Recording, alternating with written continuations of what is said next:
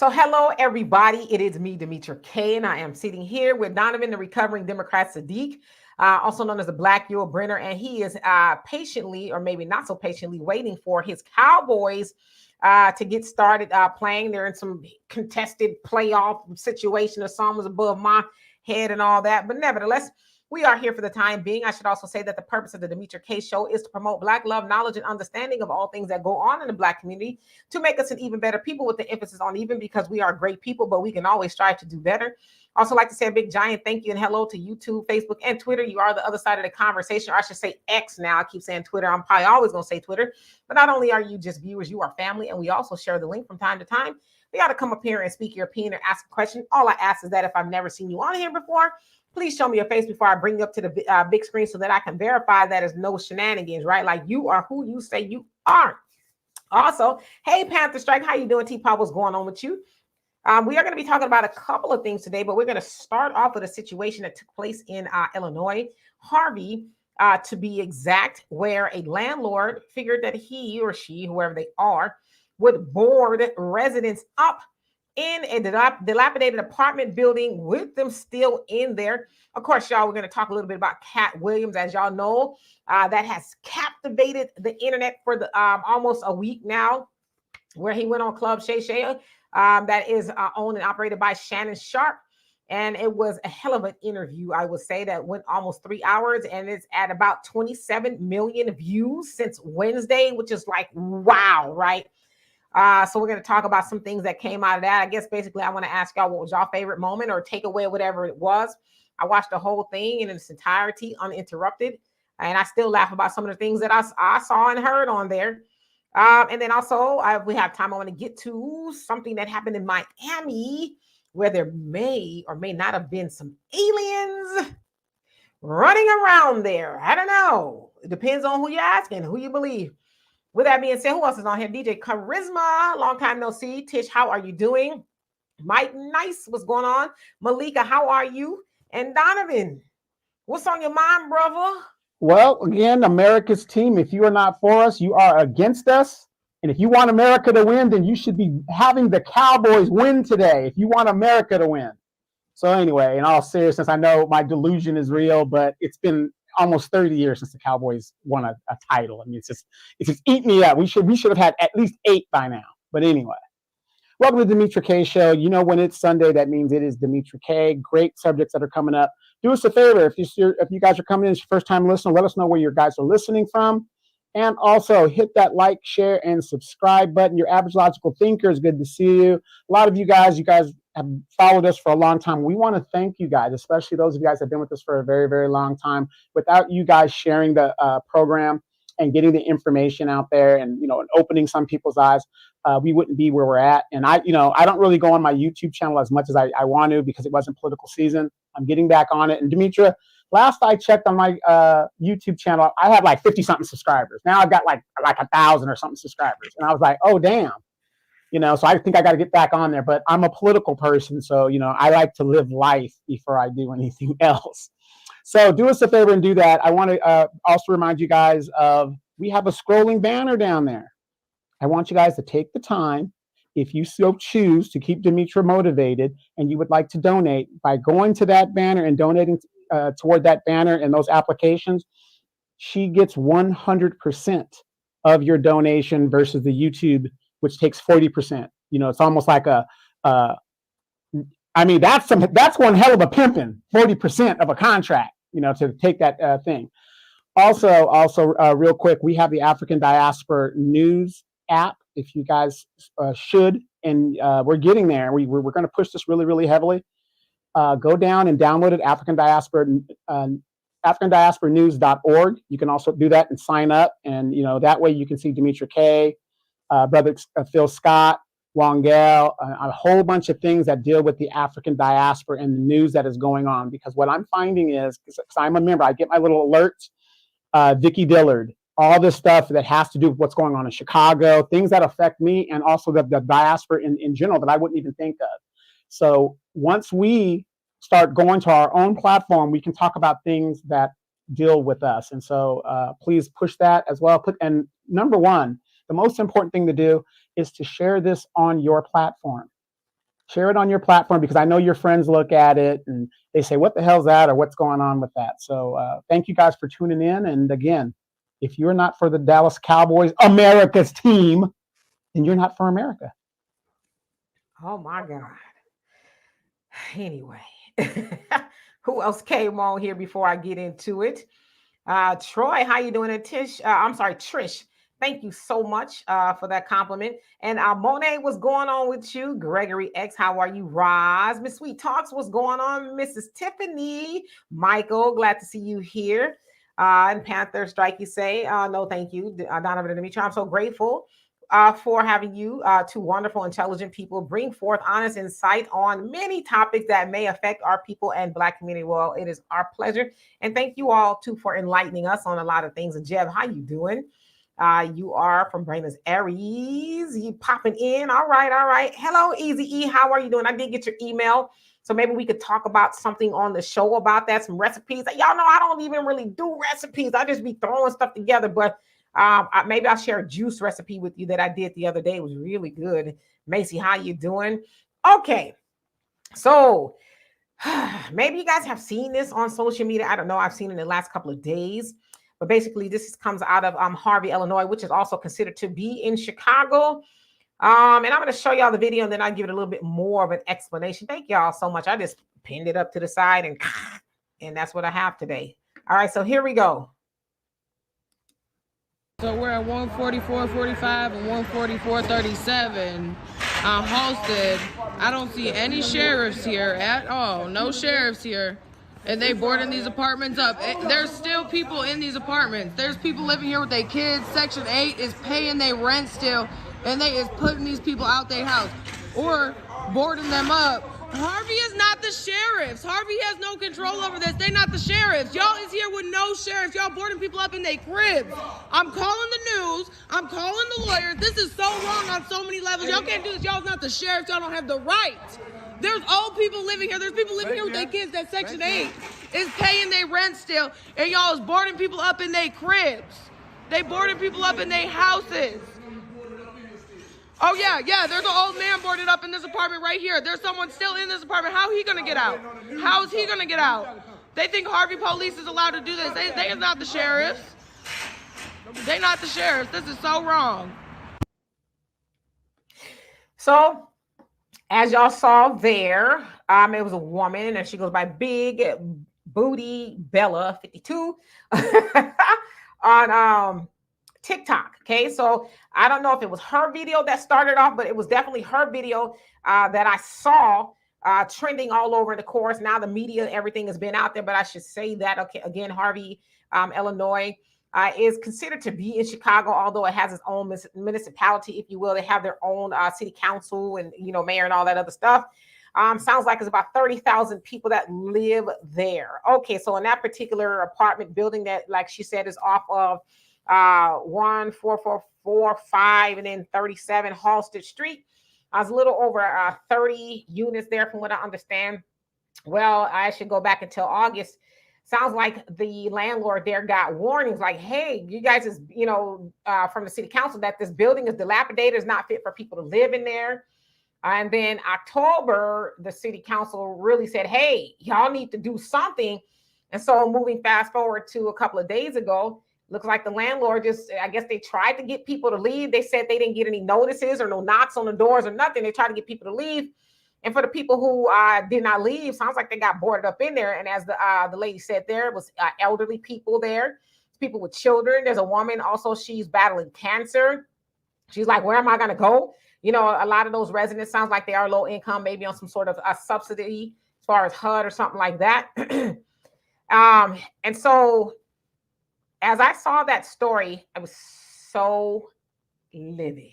When I say I was so livid, because I'm not sure who exactly the landlord is. It doesn't sound like they've said, and maybe I just missed it.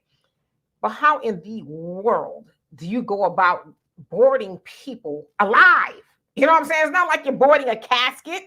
You're boarding up windows and doors to apartment buildings. How do you board people up in there and just keep it pushing, right? They said that they had to pry off the plywood off the doors and free people. And in a lot of cases, I guess they removed the doorknobs and stuff off the doors. So people really couldn't, do anything about it. But again, it was elderly people just shut up in there. So of course, the alderman, I think his name is Tyrone Rogers. He was like, "It's not right," and they didn't know anything about it, and they didn't tell him to do it, and all this other stuff. And so of course they're going to look into what's going on there. But my thing is, where does the landlord get in their minds that they could do that to people? Now, as you guys can see, it was predominantly Black people in that situation. What I want to know from the city council, and the mayor, his name is he's newly elected. His name is Christopher Clark. And any mayor is the president of the city. He has the keys, right? He can make all kind of calls. Is he going to call for the arrest of those landlords? That's criminal. That is criminal to lock people up in a building and just leave, right? So I have a lot of questions, but again, that happened to predominantly Black people. And it's sad.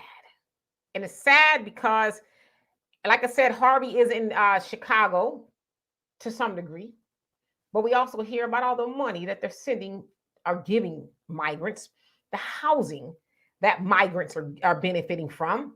This weatherized tent, J.B. Pritzker, the governor of Illinois, he allocated in November $160 million to help with the migrant situation. How much money did they allocate to residents like that on Halstead, that they're living in a dilapidated situation to where the landlord would come and just board up the building and just say, "Oh, forget it, we're just leaving Black people up in there"? How much money did they get? And you get all of these city council people and all these, people now coming, "Oh, it's not," bumping their gums. But it's like, did y'all go and say, "Hey, governor," or even the mayor of Chicago, can we get a couple of bucks, to at least put these Black people up in a hotel like we doing with the migrants? Or can we allocate some of that to get help this man get the building up to code, since he is getting federal money? HUD money is federal money, right? Did anybody do that? Or are they now just, saying something because they're busted? Because again, this wasn't a new issue. The city council, city planning, they all knew that this landlord was operating below board, and they warned him a copious amount of times. Then the landlord decides to lock Black people up. Like I'm telling y'all, I could chew nails. That's how mad I am about this for a whole host of reasons. I'm also mad about it because we as Black people, and I'm not blaming those people, but we continue to elect misleadership that lie. I know a lot of those aldermen and the mayor, all of them probably went into that specific area, put up a campaign sign, because we see it all over the hood all the time. I see it when I'm going to the 5th and the 3rd Ward. I still see campaign signs, whether they running now or whether they ran months ago. I see them in the hood. So they go up into the hood or the neighborhoods that are dilapidated. "Hey, come on, show up the vote." But then when they go show up the vote and they get in the office, you never hear or see from those people again. But yet they got Black people boarded up where they got to be rescued. Just plain old awful. Donovan? Ditto. No, real quick, that's a very serious situation. But here's the deal. Real quick, there's no doubt what we just saw was horrific. Now, everything is boarded up. I don't know if there's anybody behind the thing. I'm going to take the person's word. There is people locked up there. Number one, I think last week or earlier in the week in the show, or whenever it was, I keep saying that reality is what it is, what we see. We keep telling ourselves we're doing so well and all this other stuff as Black people. And I know people refute my numbers when I say 70% of Black people are not doing well. This goes back to my perception of reality, what we see. If we were doing so well, would this have happened? Maybe, maybe not. We don't know. But my point is this: it's horrific. And I will say this: the owners of that property, it's private property, so there's not much you can do. When you're at private property, if you guys know the law, when it's private property, you can pretty much do what you want and then deal with the consequences in the courts. As long as somebody didn't get hurt or whatever the deal is, it's not a crime in the aspect of criminal, okay? They're going to deal with it in the courts. But like Demetra said, city council meetings. In my neighborhood where I live, 8 blocks away, there is an area called Courage Street. Bunch of slumlords over there. When I got out of the military, one of the first things I did was I went to the city council and I said, blah, blah, blah. And I was giving them hell. Not after the fact, before the fact. I said, you got to clean this area up and start finding these property owners so they can keep their property up. You got code enforcement running around here that we're paying, and yet you're letting this area look the way it does. I stayed on their asses for 4 or 5 months, and we got it cleaned up. The city council person that I work with, which I really don't like, we worked together, and the city attorney, we started sending letters, and those owners started cleaning the area up, and it got cleaned. Right? No problem. But you got to stay on top of that because you've got a lot of slumlords out here. But my question is this. Before they should have given them notice if they did give them notice. But even if they didn't give them notice, it's private property. See, we get caught up into, oh, I've got all these rights and this, that. Do you know you could discriminate against a person outright in your home and there's nothing the government can do about it? Did you know that? I don't care if you're a Jew. You come to my house, you're not welcome here. Isn't that discrimination? It is, because it's private property. The government can't tell me what I can do. We got to understand that. If you go to Disneyland, that is a private property. When you go to the mall, that's private property. There are rules that are posted that you have to abide by. See, we go by what we watch so many damn movies in our community that we don't understand how the law works. And we think because something is open to the public, that, oh, well, you should do this and you should do that. They don't have to do a goddamn thing. But here's my question. And to me, this is the most pressing, and Black America talks about it all the time. Dimitri, you talk about it all the time. We talk about community. There is no Black community, damn it. There is no Black community, because my number one question is this. If there's elderly people in that building that is being boarded up, where the hell is their family? Where is their family? If my father got boarded up like that, I should be in the know. Why aren't we checking on our elderly people? Why aren't we doing that? Where are the grandkids? Where are the aunts? Where are the whoever, the sisters, the brothers? This is why I say we are in dire straits, 70% of us. And it's only going to be a matter of time before the 30% of us that think we're doing really well is going to, before they round us up too. Because as Demetra said, look at all these resources they're giving to these migrants. Why aren't they giving, why is this a situation if they were giving us the resource and we can get our reparations? This wouldn't even be a situation now, would it? Now, would it? But again, we are reactive. We're not proactive. We should be demanding. Everybody across this country should be going to their city council meetings and holding those Black representatives responsible to get things done, or you remove them. You remove them in the voting process. That's what we should be doing. But my question is, where are the families? Where are the fathers? If your baby mama is living in a low-income place like that, why aren't you there to, number one, why would you even allow your child to be living in a condition like that? Number one, where are the men in the community? That's my question. Where are the families? And why aren't you guys going to city council meetings after the fact? And I really believe they do this because just as we always been doing for the last 60 years, we can do anything we want to do to Black people, and guess what? I could have had a V8. Ain't nothing gonna happen. And hello to everybody that came on here. Juggernaut says COVID and this Babylon system distance all of us. And let's see here, Miss Sweet Talk, she say, I saw another comment. The private property still pays the city, therefore, the city, county can regulate against bad business practices, private or public. All right. And let's see here. Gerald, how you doing? Says, also demand that these folks pay their rent and don't trash out the places they live. Miss Sweet Talk says, true, Donovan, vote them out. And Sheree, how you doing? Says the men in jail or dead. Average Logical Thinker says there will be more outrage online than in person. That guy from Texas, how you doing? Says Dr. Neely Fuller Jr. discussed that years ago. There's no community. That's why it's called the hood.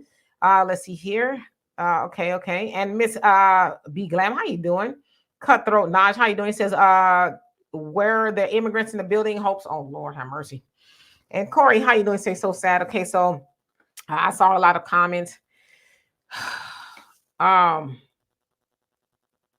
trying to really think how to approach this. Because, yeah. It's really outrageous, but go ahead. I'm sorry. Yeah, I mean, people, I don't know if this is an issue, people trashing people's buildings, although that does happen. People do that, tenants or whatever the case is, they trash people's buildings. But, you know, well, I think when we say stuff like that, we absolve the landlord of their job. They're getting money to rent to people. And I don't care if you're paying $5. You paying the landlord something. Because a lot of people who are on subsidized housing, they pay a fraction of the cost. They still paying something. So if the landlord, they're paying something and the government is paying something, the landlord is getting all their money. So there's no excuse to run a hellhole, if you will. You know what I mean? And as far as the people's, family and all that other stuff, yeah, where are those people? But, my dad is elderly. He lives in an apartment building, all that other stuff. We check up on my dad. But even if I never checked up on my dad, I would never expect for him to have to endure that. I would never in my wildest dreams think and expect that somebody gonna lock my daddy up and board him up somewhere. I would never expect that. So I get all the criticism of Black people. Yes, I do. I get it. There's a lot of stuff we can be doing. We see almost We see almost $2 trillion in our community. Now we don't keep most of it. We give 97% of that away. Yes, I get all of that. But at some time, we got to just sometimes lay the blame where the blame is due. If I rent you an apartment building, you should expect that I keep the apartment building up. You should expect that you're going to be able to turn your key and go into an apartment or a house or whatever you're renting from me, not see no rats, unless you bring them there, or roaches. I have working water, have, everything working the way it's supposed to. There are codes that apartment managers and owners, whatever, they got to keep up to that code regardless. So we cannot, we can, but let's put the blame where the blame is due. Also, to say that there's some people, who make this and that, and I'm just saying that to myself, make this amount of money. Everybody ain't going to be balling out the gym. Everybody ain't going to be homeowners. It's going to be like, from what I understand here in Houston, there's just as many apartments than there are houses. So people are going to live in apartments or whatever. Everybody's not going to be a homeowner. Somebody is going to rent. But the city council knew that that apartment building was operating below board. And it's not the only one that does. There's a lot of them that do that, and they know that. And they don't hold those people accountable. I would venture to say that the landlords are probably giving them some sort of a kickback. Maybe they homies, they get all these favors or whatever the case is. And would we have heard about this unless it went viral all over the internet, that Black people were boarded up in that apartment building? Would we have heard about that? We probably would not have. And my other question is, how often has that happened to other people? I don't know. I don't think that they woke up one day and said, let's just board people up. And then somebody said, were they giving notices? They said, no, they were not given notices. And also in America, now I know that a lot of these laws don't really apply to us, but there's a thing called due process. Even if you gave me a note, you got to take me to court and you got to properly evict me. You cannot take it upon yourself and board me up somewhere or talk about you got to get out. No, you got to take me to court. There's certain things you got to do. And as far as it being private, public, you cannot lock people up. I don't care if it's public or it's private. That is against the law. That is a crime. And Gerald, you asked me, am I a landlord? I am not a landlord, but do I got to be a landlord to utilize common sense and that you don't lock people up in apartments, a fire hazard, anything? Those older people could have been trying to run around. They could have fell, hurt themselves. Anything could have happened. So I don't need to be, if I was Jimmy the goddamn Cricket, I know that it's common sense not to lock Black people up or anybody up in an apartment building. So y'all got these questions trying to quantify and qualify whether I'm this, that, and the other. Do I need to be all that to know you don't do that to people? Those are humans. But see, the other problem is not only with white supremacy, but with some black people. We don't see our own people as human. We make all the excuses in the world for society to do certain things to us. When I saw this story, I thought, okay, we need to get our stuff together. I thought that, but I never once thought to blame those people, because I don't care what it is you're doing. And I always say this, God, for the grace of God, there goes, I hope I never get into the situation that I see some of our people in. But God forbid I was ever in that situation. The last thing I would expect is somebody to lock me the hell up in my apartment because now I got to get out. And the other thing is, where those people gonna go? Where they gonna go? And then we talking about putting the blame at black people feet. Yeah, some of that is on us, but we ain't gonna have that conversation until we start talking about those politicians, especially there in Illinois. As I said, the governor has allocated $160 million to help migrants who want to seek their asses over here to the United States with nothing. And now the United States taxpayer is paying to take care of them. And we talk about what black people are not doing. The very least they should be doing is being locked up in an apartment that they paying some rent for. It's outrageous. I agree with you. I tried to interrupt you because I wanted to ask you, the people that were doing the boarding up, did I see that wrong? Or did I see black men boarding up people in that aspect? I don't know if it was black men or they were just kind of walking around trying to figure it out, because there was a lot of the black men that you saw. I think they were the ones that were actually plying off the plywood. Okay, maybe that's what I saw, because again, but only in black communities and neighborhoods can other groups come into our neighborhoods and do these type of things. Like I said, I'm not saying what the owner did was not criminal. It absolutely was criminal. But you've got some people that don't give a damn about the law. What they're going to pay a fine? They don't care. And this is what I'm saying. This bullshit that we have in our community, where we've got men that don't want to take care of their responsibilities, and we've got women that think they don't need no man. Unfortunately, in the black community, 60 to 70% of black households are led by females. These females are out here. These black women are out here unprotected. If this thing is happening, and let's be real, and let's say you're a woman and you're at home and the landlord comes in there illegally, we know that. There's a due process, whatever. The landlord's probably saying, oh, I don't give a damn. I'll just go ahead and pay the fine. And a lot of them do that. And you're a woman. How are you going to deal with that situation other than having to leave? You know what I mean? I mean, this is what I'm saying. We have got to realize at this junction of the game, we need each other. We are not going to survive this democratic regime and attack individually. It's not going to happen. As strong as I may be, I cannot do this by myself. I can't. And we've got to start realizing that, because again, Demetra knows in my city, I have fought Emperor Edo Benvizi for over 12 years. This is a man that has money from the Trump brothers in Florida, no relation. And he's a front man, and he put warehouses all over my city. And let me tell you how he did it. Power of the dollar. He bought his politicians. He did that. But here's the thing. People go, well, Donovan, how do you beat a trillionaire? Even though they're trying to talk about voting rights. Have you guys noticed that about voting rights when they talk about voting rights? Every black person in America that's born here can vote. And everybody has some form of ID. So voting rights isn't for black people. It's for these new migrants. You're going against your own demise. That's what I'm saying. We don't think. But the point is, it is still in this country, even though they're trying to get rid of it, one person, one vote. You could beat a trillionaire with one person, one vote. And until they can do something about that, that is your way to fight back. But the point is, at this point, we have to realize we are already at the bottom. That's it. It's a direct attack. And we need to come together as a people, or we're not going to survive. Let's get to these comments, because people are going in on the comments.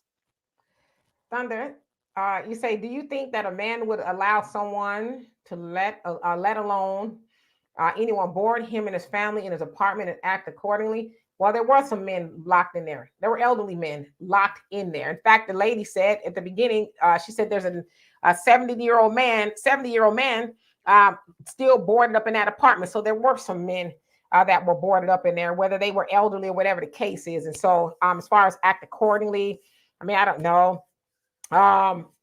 Did the people have a chance? Some people said they didn't even hear a knock on the door or nothing, and then I guess they heard the boarding going on, as far as using the plywood to board them up.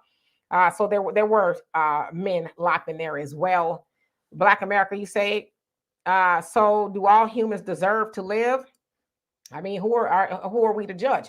Who's to make that decision as to who is fit to live? What humans are fit to live. Now, I would argue, yeah, maybe there's some who are very heinous and done some, wild stuff.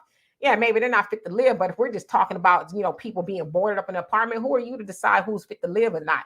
Maybe somebody looking at you and figure like, well, you fit to live. I don't like the way you look. I don't like the way you talk.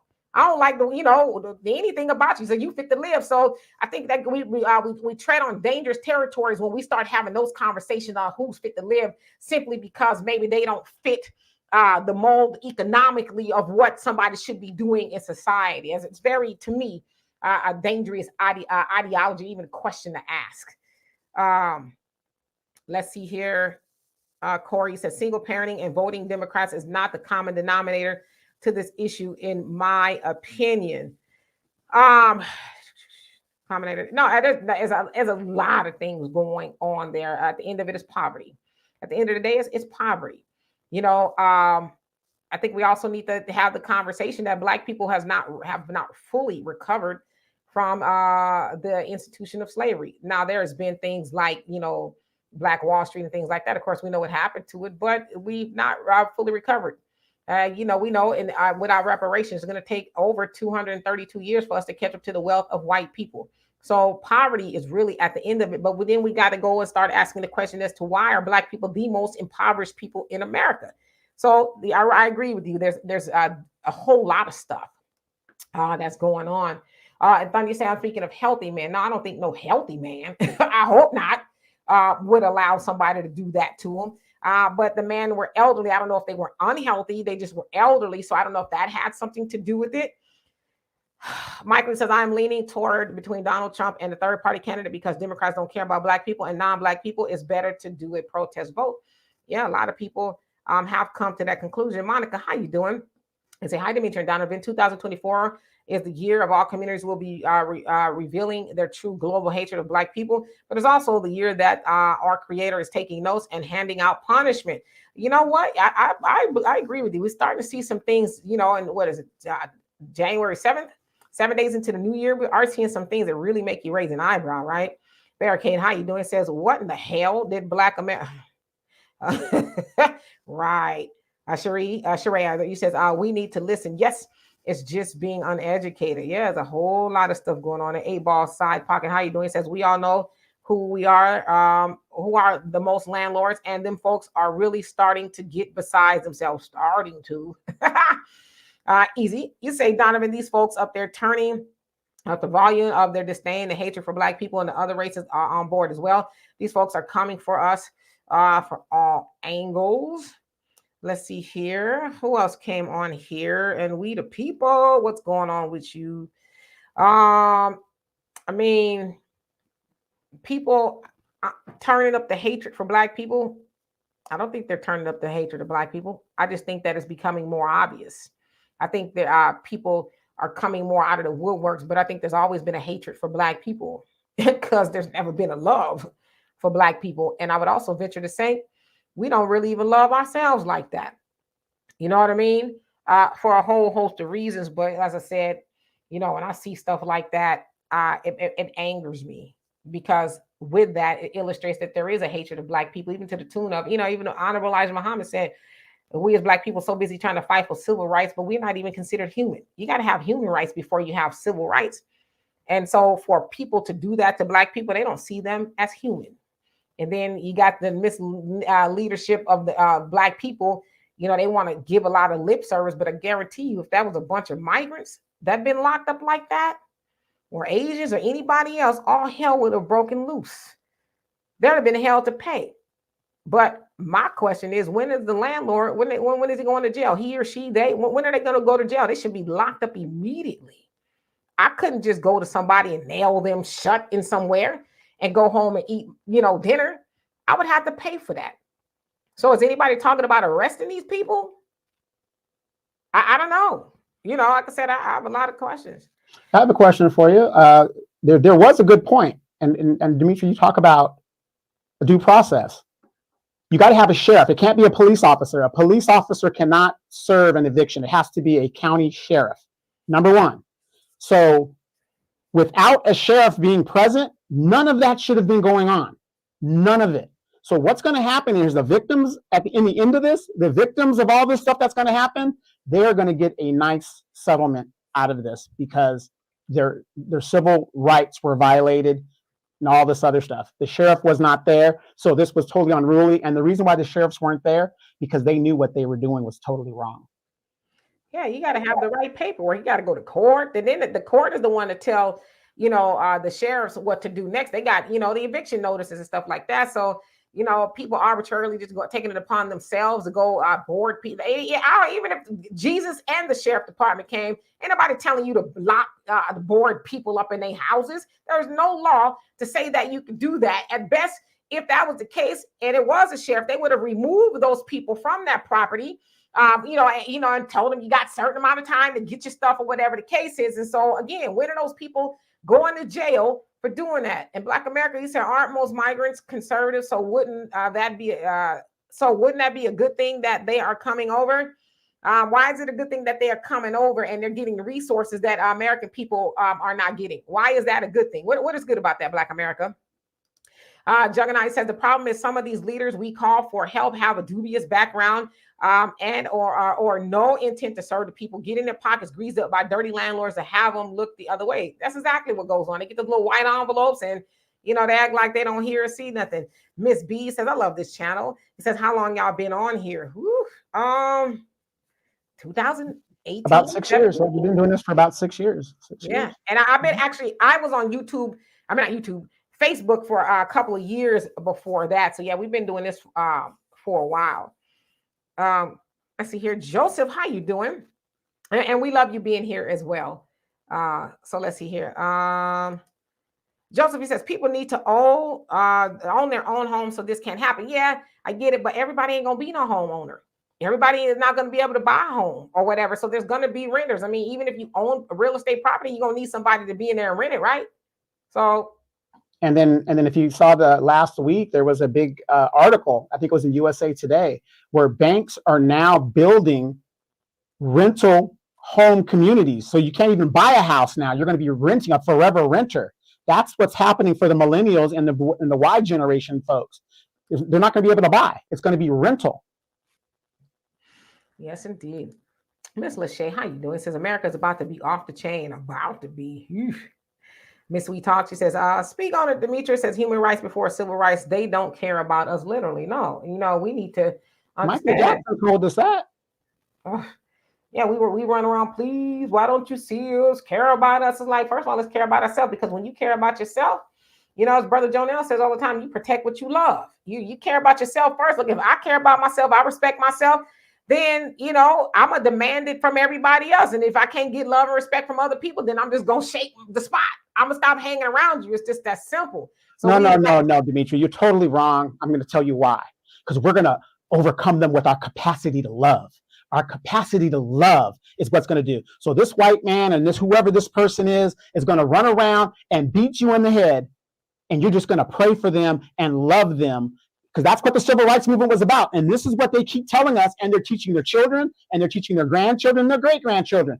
Oh, our capacity to love. The Lord's going to swoop in and just change all this, which we see was total madness, because you disarmed a whole several generations of people from defending themselves.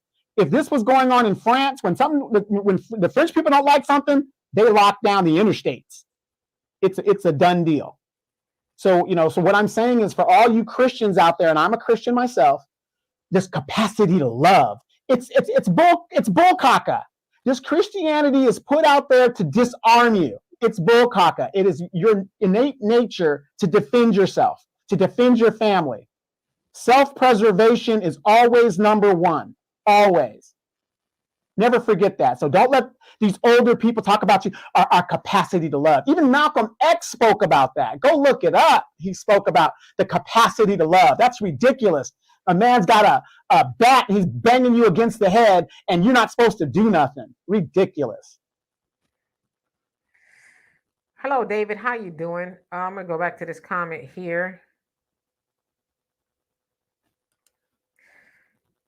You say, I would love to hear the landlord's position on this. The process more than likely have been going on for years. Regardless of what his position is, you tell me one place in America where it says that you as a landlord have the right to lock people up, board them up in a building. Tell me, point it out to me. Gerald, point it out to me. And if you cannot point it out to me, I'm going to stop reading your comments, because I get what you're doing. I'm assuming you're a landlord, but you have not made a case as to why those people should have been boarded up in there. So point to me anywhere, any city, township, any state in the nation where it says that a landlord could take it upon themselves and imprison people because they won't get out. Put it in the comment section. I'm gonna wait for that. Let's see here. Ms. Sweet Talker says, a writ from a judge, a landlord pays for the sheriff to remove the residents from the property. That's exactly right. They don't say what a landlord can go take it upon themselves to go, lock people up. Because they won't get out. And those people said they didn't know they were supposed to be getting out, and they never didn't get no notice that people was coming to lock them up in there. So, Gerald, I'm waiting for you. I'm waiting for your explanation. Let me finish, Donovan. I'm waiting for your explanation as to why that's okay to do. Fill me in, because maybe it's something I don't know. And let's see here. Let me get this. Good.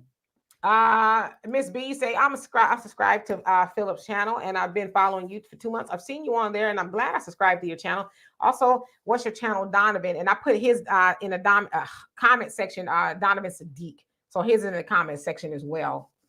Right. Well, what I want to say is this, and like I said, I used to be a renter, being in the military. People just tore up my house over and over again. I just said, forget it. I'm not doing it.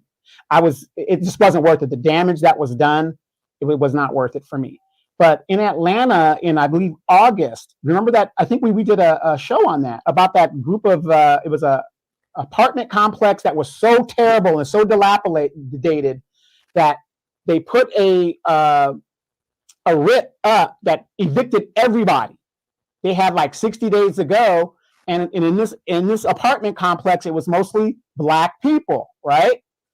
And I don't know if you remember that Demetria, mostly Black people. And the sad thing is, it was mostly a lot of single mothers that had nowhere to go, because unfortunately, housing is hard to come by, because now the rents have gone up and stuff like that. So your voucher might not cover where you can live. So these people were sitting there literally with no place to go. And what I believe what happened in the end was they condemned the property, but the people still continued to live there until they were escorted out, by due process and all that other stuff. But at the end of the day, they had no place to go. So what I'm saying, in this, and I agree with Demetria, which doesn't happen often, you got to have due process no matter what the situation is. I mean, yeah, we understand you have no place to go, but through the courts, you got to leave and find something. They give you 60 to 90 days. In California, you get 6 months to find a spot. You ain't got to pay rent. You ain't got to pay nothing. Come on.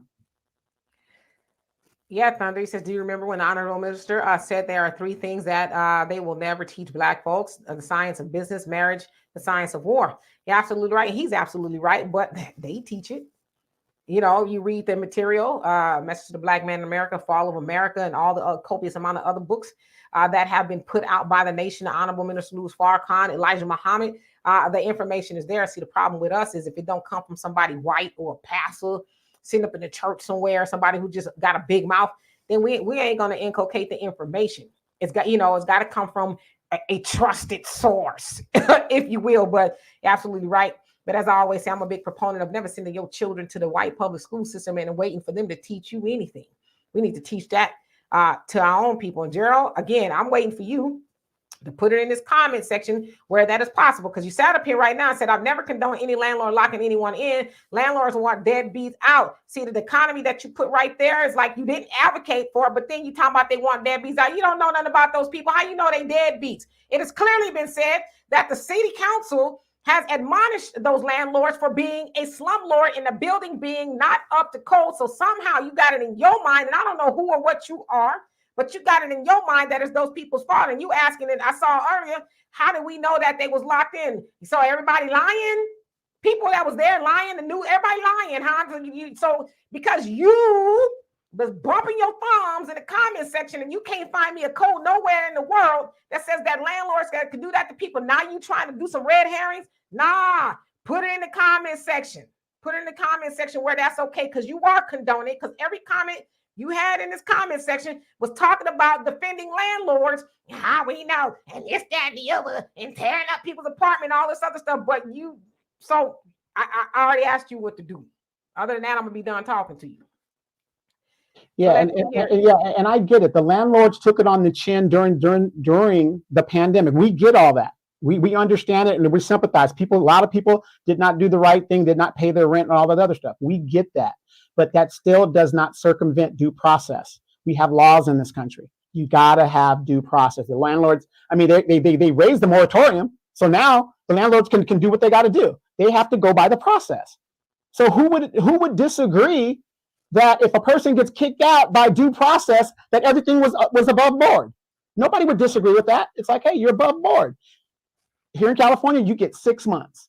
You're going to go to the court case. In most cases, when the people ain't paying and they ain't doing the right thing, they ain't going to pay their rent. They're not going to show up to court. And we know that. And the court system just does what they got to do. Then they get the writ. Then the sheriffs are there and putting their stuff out right there on the corner. And everybody knows that when the people stuff is being put out in the front yard, they didn't show up for court, and the process that they went through is complete. Everybody knows that. Shawnee says, another way they discriminate now to rent an apartment, you got to make over 7 times, right? That's a lot of money. Other reason why you got to take it to court, and I don't need to be a landlord to know this, Gerald, is you got to make sure it's a good eviction. Now, of course, it's your property. You can have people out.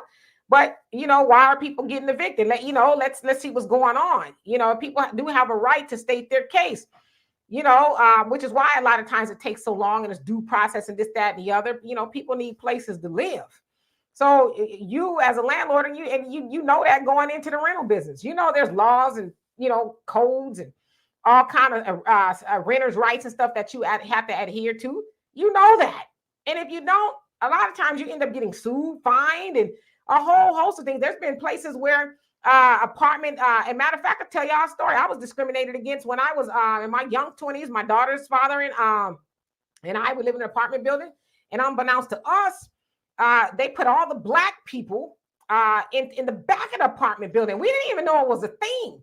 So when you go to the front of the building, it was very nice and everything, but the back part where we live wasn't so nice. And so I guess some of the employees in a leasing office got disgruntled, they got fired or whatever, and so they blew the whistle. And when I tell you, it was a multi-million-dollar lawsuit that we all were, a part of, and won quite a bit of money from that. And that particular apartment building landlord, they had to give up their rights to rent to people. That was part of it. So we've heard about things like that in the past. So there's things that they got to do to be in right standing as far as being a landlord. But as I said, in a lot of the cases, the city council, they know those people ain't acting right, but they just don't care. Because with that, there is a lot of apathy in our community. Well, if I said something about it, they don't care. They're not going to do anything. So a lot of times people just feel defeated, and then the other time is a thing too is as people who rent, you might be afraid to say something to the landlord. If I tell them there's a big gaping hole in my ceiling, they will come fix it and they might raise the rent. If I tell them my air conditioner ain't working or my heat ain't working, they might fix it, but they're going to raise the rent. So a lot of times people suffer in silence and they pay it because I don't want to make the landlord mad.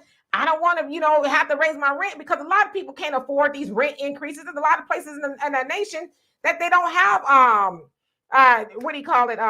Caps. I can't think of the word right now.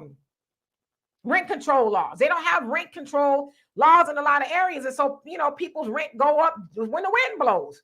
So there's a lot of things to take into consideration with that. And Gerald, if you are a landlord, I honestly feel sorry for your tenants, because I bet you they got a lot of stories about you. Let's see. We're going to switch gears in just a minute because I got a couple of other things I want to talk about. But before we switch gears, Demetra, what do you think is the solution? I mean, we brought light to the problem. What is the solution? Like I said, I've already given a solution. There's no excuse why you don't know what's going on in your city. You have a planning commission, you have a city council, you have an alderman, you have all these people that are there to serve you. They are not leaders. We are the leaders. We are the government. Until we get that situated in our heads, what is the solution in your mind, in your opinion, to this situation? Well, we talk about all the time. Solution is, for one, as they say in the nation, accept your own and be yourself, and do for self. We need to learn how to do for self like our people used to do. We need to do that. Also, we need reparations. Those go hand in hand, because also in the nation, they asking for reparations, land, and a whole host of other things. So we need those things. We also need to get right here in our minds as Black people, as a collective, and believe that we are worthy of having great things, because we have been told and sold for so long that we are not worthy. We aren't human. We are less deserving of having nice things. As I said, a lot of people don't know it's against the law for somebody to rent an apartment to you with rats and roaches in it. That's not normal. But a lot of people will live in an apartment and live with rats and roaches. No, they supposed to get rid of that. Now I get it. Which is why I don't live in an apartment, because I know you can't help everybody in what they do, whatever, cleanliness or whatever you. But that stuff is against the law. So we also got to arm ourselves with knowledge. You got to know your rights, whether you're renting something or whatever it is. You got to know your rights, so that way you can effectively be able to speak up for yourself. Also know that people are in positions of power, especially if you elect them to be there. They work for you. You don't work for them. They run around our neighborhoods like a peacock, like I'm the stuff. Listen, y'all need to know. You work for us. And you should come through our neighborhood or wherever it is and say, how can I be of service, and mean it? Not walk around with this false sense of entitlement because you got a little funky title in front of or back of your name or whatever. So all of those things have to work in tandem. And we need to silence the ignorant folks in our community that come up with a whole lot of blaming this and that and want to put the onus on people who really are not as powerful. Black people are powerful, but in certain cases, we need people to do their jobs. So the ignorant people in our community that's selling nothingness and blaming all that, we need to tell them to shut up. We done talking to y'all. We done listening to y'all. That's what we need to do. Above Bond, Beyond Forever, how you doing? And Fire Bad Water, good. How you doing? Let's see here. Let me move on down. Alan, he says, how you doing? He says the housing crisis is real. As a recent evictee, I can confirm that a lot of these landlords are evil and intentional, implement bias and discrimination. Yeah, we know it's a thing, but people want to sit up here and act like it's all the tenant. All these landlords run around with halos and stuff. I mean, there's horror stories of landlords, especially in our communities. That's why I said we got a little bit of apathy going that we need to get rid of and say, no, I'm paying you rent. I need to be able to come in here to a place that's livable.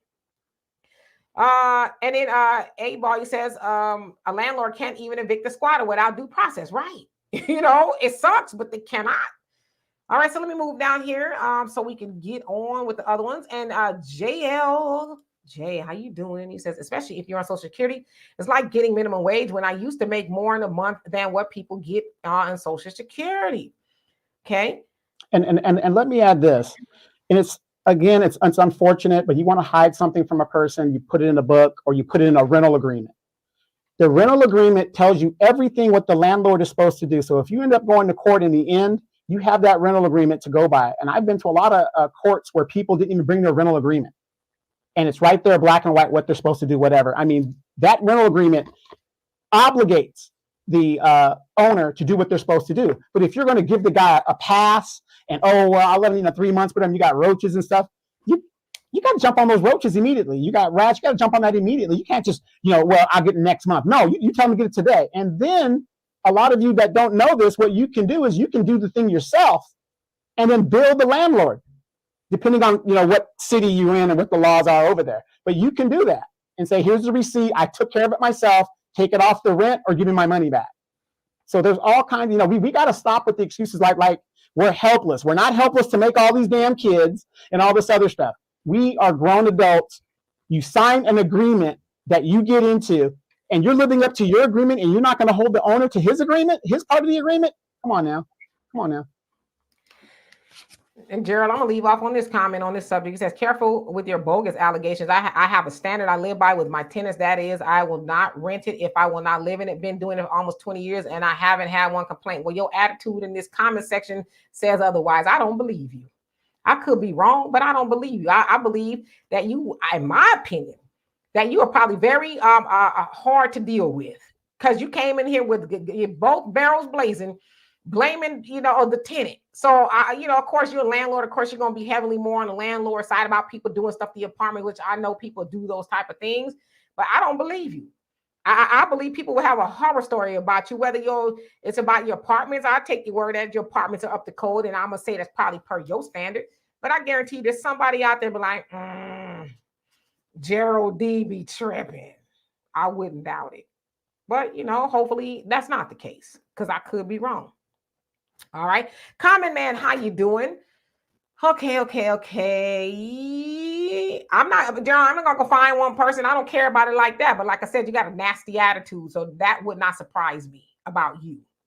Okay, so let's move along. Okay, of course, y'all know, and I don't have any videos to show y'all because y'all have seen them all over the internet by now about Katt Williams, who is a comedian. He's actually one of my favorite comedians. He sat down with that of Shannon Sharpe on Club Shay Shay, which is Shannon Sharpe's YouTube show.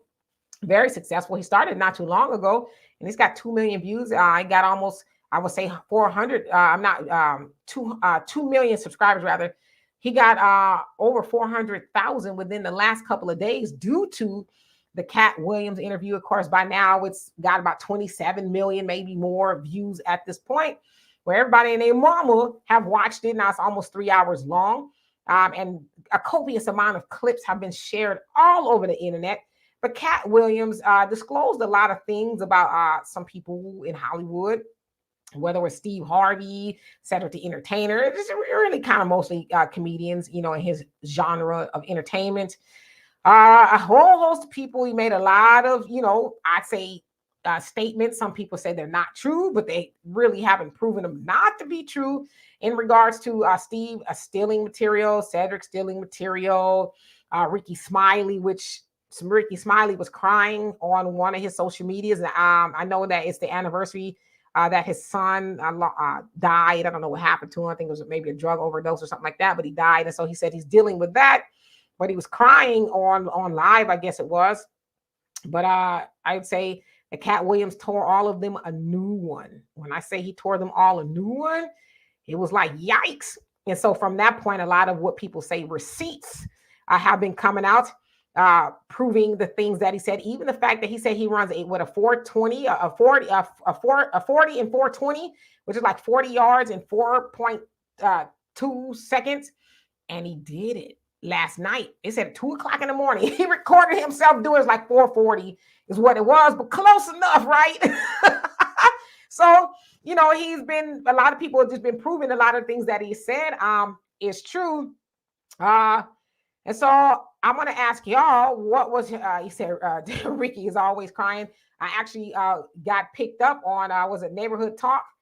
They picked up my comment in Ricky Smiley's post where he was making fun of Jada because I guess her hair looks like she's bald, and they're trying to compare her to that of Fat Joe. And so he put that up there. I said, wow, you got all the smoke for Jada and none for Katt. Because when he was talking about the Katt Williams situation, he was like, oh, well, because what it was Katt said, well, Ricky went on Shannon Sharpe's show first and said that, he was offered the role of Money Mike from, Friday After Next or whatever it is. And then Katt went on there, was like, basically, Shannon, why you let these people come on here and lie? So he picked apart everything they said. And that was one of them, that Ricky Smiley said that he was offered the part of Money Mike. And Katt says, no, he wasn't. He was not offered. And Ice Cube even got in the fray and said, well, we gave him a shot, but it was never like going to him. It was always going to be considered for Katt Williams. And so there's been a lot of fallout about it and this, that, and the other. So what I want to know from y'all is, what was y'all favorite moment, takeaway, or, your comments about that particular revelation of Katt Williams, who, man, when he said, I've been laughing about this all week when he said about Steve Harvey. He says, there's 30,000 scripts written in Hollywood every year. He says, and not one of them call for a country bumpkin that can't talk, that looks like Mr. Potato Head. I tell you, I'll be busted up. It's like, wow, that dude, man, he held nothing back. So I would say, if anybody has any doubt about Katt Williams' power as far as a star, getting somebody almost 30 million views in a couple of days, and it's one of the most talked about things in the recent couple of days. And they said that every tour that he has, he sells out, and he's on a 100-city tour as we speak. So there's a lot going on with that. Donovan, who wants to come up here briefly and talk about what they saw or liked from that particular interview? Well, I'm going to say this about the interview. I enjoyed it very much because, Demetria, when you're the one who sent me the link about it real quick, and I'm sitting here like, what the hell's going on? And I'm going to say this, and it's always important. And this is the thing that I had to do when I was fighting my demons with the city council and here in the city, what they were doing into my neighborhood. The best way to protect yourself is to be as public as possible. Because if something happens to you, guess who are the likely suspects that the cops can start with? Of course, you might be, deleted or something in the interim. But the point is, it's very hard to come at you when you're very public about, what you're doing and what you're saying. So I would think that was smart of him to do that, because a lot of us, we've heard about the Hollywood things and what goes on. Ask yourself, oh, Oprah's such a great woman and all this other stuff, and she's a billionaire, doesn't do anything, and lowballs her fellow sister and all this other stuff. You've got Tyler Perry, doesn't believe in unions, even though, to do his productions and stuff, doesn't bring in writers and stuff. When you got a lot of talented writers and production people that are Black, you can employ Black people to do those things, but they want to keep people at a low ebb. So we know these things go on within Hollywood, and for him to come out and confirm it, like I said, all we can do is speculate. But for somebody within Hollywood to say, yes, he goes, what? And the funniest thing that Katt said that I really like, he said that his whole thing was, when it's all said and done, he wants to leave Hollywood with his anus intact, or something like that. He just said, I want to leave with my anus intact and I'm good.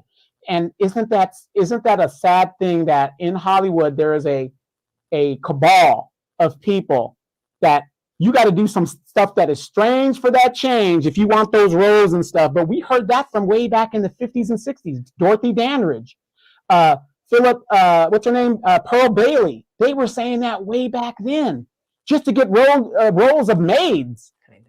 So, big ups to Katt Williams. I really wasn't a Katt Williams fan, but he's kind of won me over with his truth, because he had all the receipts. It isn't like he didn't have his receipts. And then I want you guys to notice this.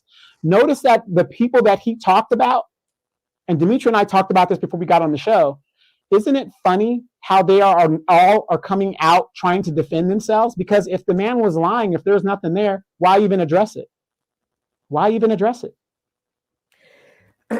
Yeah, I mean, for a long time too, I don't know if Katt was on drugs. He said that he's never done drugs. Of course, he talked about him leaving home at 13 because he had an issue with his father. So he just, learned a lot of things. Also said that he is also a certified genius, and that he could have gone to some school of science, this, that, and the other. Mensa has come into the conversation in regards to Katt. But you could tell he's very, very wise, very educated, whether he's educated himself. Of course, he made the claim that he read 3,000 books a year at one point in time. Now, a lot of people are like, that's not impossible. I was having a conversation with my daughters. It's very possible to read 3,000 books. They don't have to be all war and peace, or anything like that. They got picture books. I used to love to read those. Yeah, they could be smaller books or whatever the case is, But the other thing is, a lot of times we like to limit people due to the limits that we place on ourselves. Just because you couldn't read 3,000, I'm saying you and saying in general, I couldn't read 3,000 books. That don't mean that somebody else couldn't. You know what I mean? So yeah, he did talk about a lot about what they like to do to men in Hollywood as far as donning dresses. And he said, of course, they tried to talk to him about wearing dresses a bunch of times. And he was like, no, not going to do that. Also, of course, in the movie Friday After Next, he was in there. It was his debut movie where he was supposed to be, SA'd by that of Terry Crews's character. Damon, you are a boy, but he said that he absolutely was not going to do that. And he talked to them who wrote the script. Ice Cube and DJ Pooh, I think, was still involved at that time, writing the script, that he didn't think that was appropriate. Of course, Ice Cube said that there was never going to be somebody that would be SA'd in there. And y'all know I love me some Ice Cube now, so watch your mouth. But a lot of people made the point of saying, well, if it wasn't going to be an SA scene up in there, why was there low-key one up in there? Because that was the whole thing with Terry Crews and Money Mike is, Terry Crews, Damon just got out of prison, and he was always talking about doing that stuff. And he saw Katt's character, Money Mike, and he was just infatuated with him the whole time. And get, in a bathroom together, and he's, talking about doing that to him. And of course, if y'all haven't seen it, I won't give it away. So there was definitely innuendos of that going on. And so I believe, Katt, in that there was going to be a scene of taking a man's, thing, if you will. And he stood up for himself like, no, he can do other things. Another thing too, that movie is a Christmas movie, a comedy that people from all walks of life watch. So I couldn't imagine that scene being in there and children watching that movie. So I don't know. Like I said, even Ice Cube has had to come out. Most of them come out and said, oh, that's not true. It's not true. And then he called their wives ugly. He said, if you think about it, they all get what do you say? The weird, funny face wife. Oh my God. He said it was between him and Ludacris as being an Illuminati. And they said they chose Ludacris, or Ludacris chose to go.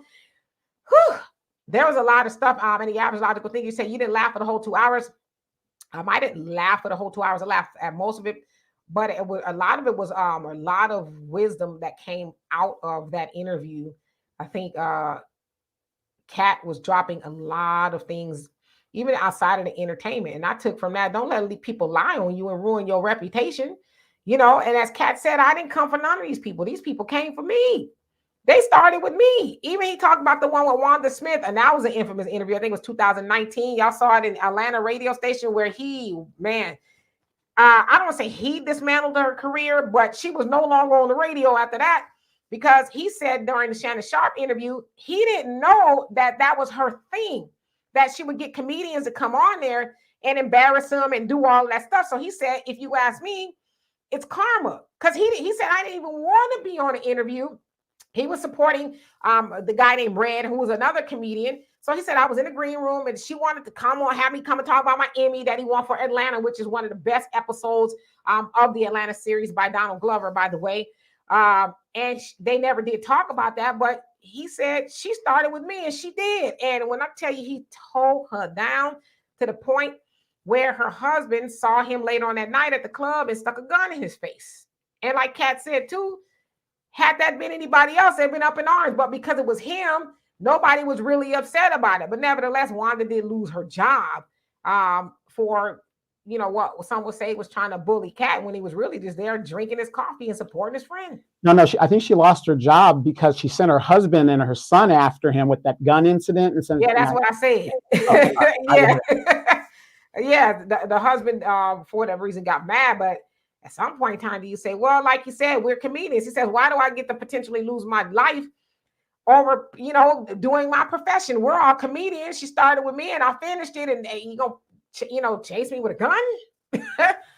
Tell your wife to get better jokes or raise her game or whatever. But to try to do something to me, that's wild. Yeah. Oh man, I've seen that interview probably 10 times already. It's hilarious. Anyway, I'm gonna put this link in here if y'all want to come up and have a conversation really quick about that.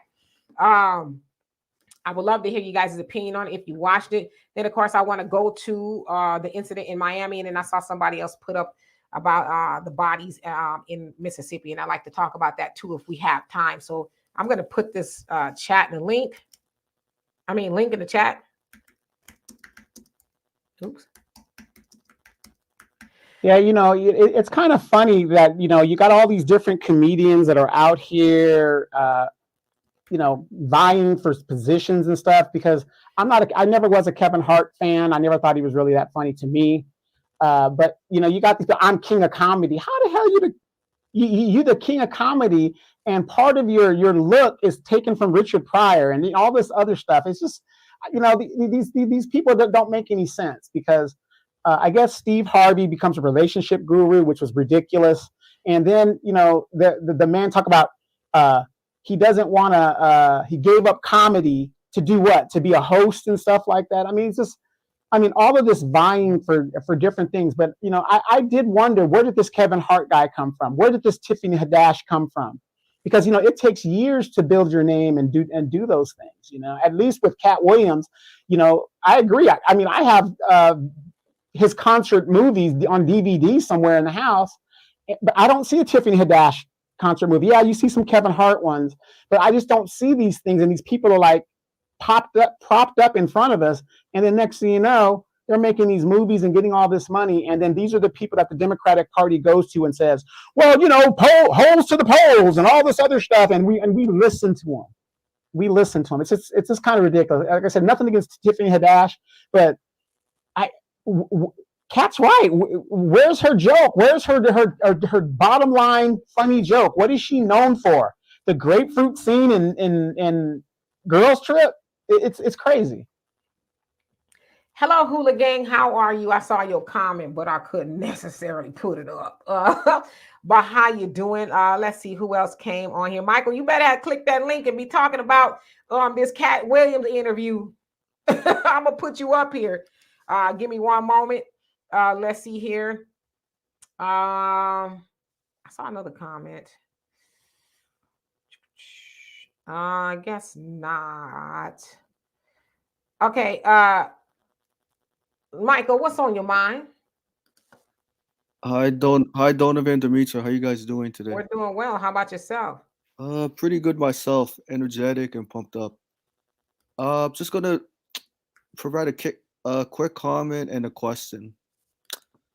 So I was just reading an article today relating to burial costs for Black families and reparations, and I noticed that. Wait, what did I say? I'm sorry. Yeah, I know. I just thought today you'll be talking about reparations initially before. Not at this moment, but come on up if you want to talk about something else. Well, I'm going to try to get to other comments, but I want to try to keep it with the Katt Williams thing. That way we don't deviate all over the place. I know that GP said he has a question. Let's see what is regarding. But yeah, okay. Go ahead. Ask your question real quick. What was your question? Okay. My question is this. Okay. If majority of Black baby boomers oppose, cash payment reparations, right? Mm-hmm. How do you convince them that their grandkids and their children need reparations? Because obviously when Black baby boomers retire, the pension they receive is not enough to cover burial costs. With cash payment reparations, it's enough to cover burial costs alone. Because I did the math, I looked up the data. Well, I would quickly say life insurance. Get you some life insurance, whether it's term or whatever. There's a lot of inexpensive life insurance policies that you can get for next to nothing. So I would say start right there. There's always a way to take care of burial other than GoFundMe or fish fries or whatever the case is. Like I said, I used to sell life insurance, and I've spoken to a whole bunch of people. Black people are actually the majority of my market, and I've heard it all. And there's never an excuse to not pay for a life insurance policy, because it's harder to pay on the back end when you ain't got it than it is to pay monthly a couple of bucks, when you don't need it. So that's what I would say. My long and short answer is get you some life insurance and get it today. Right. And I'm just saying, like, politically speaking, like how would that conversation change if reparations were? It won't.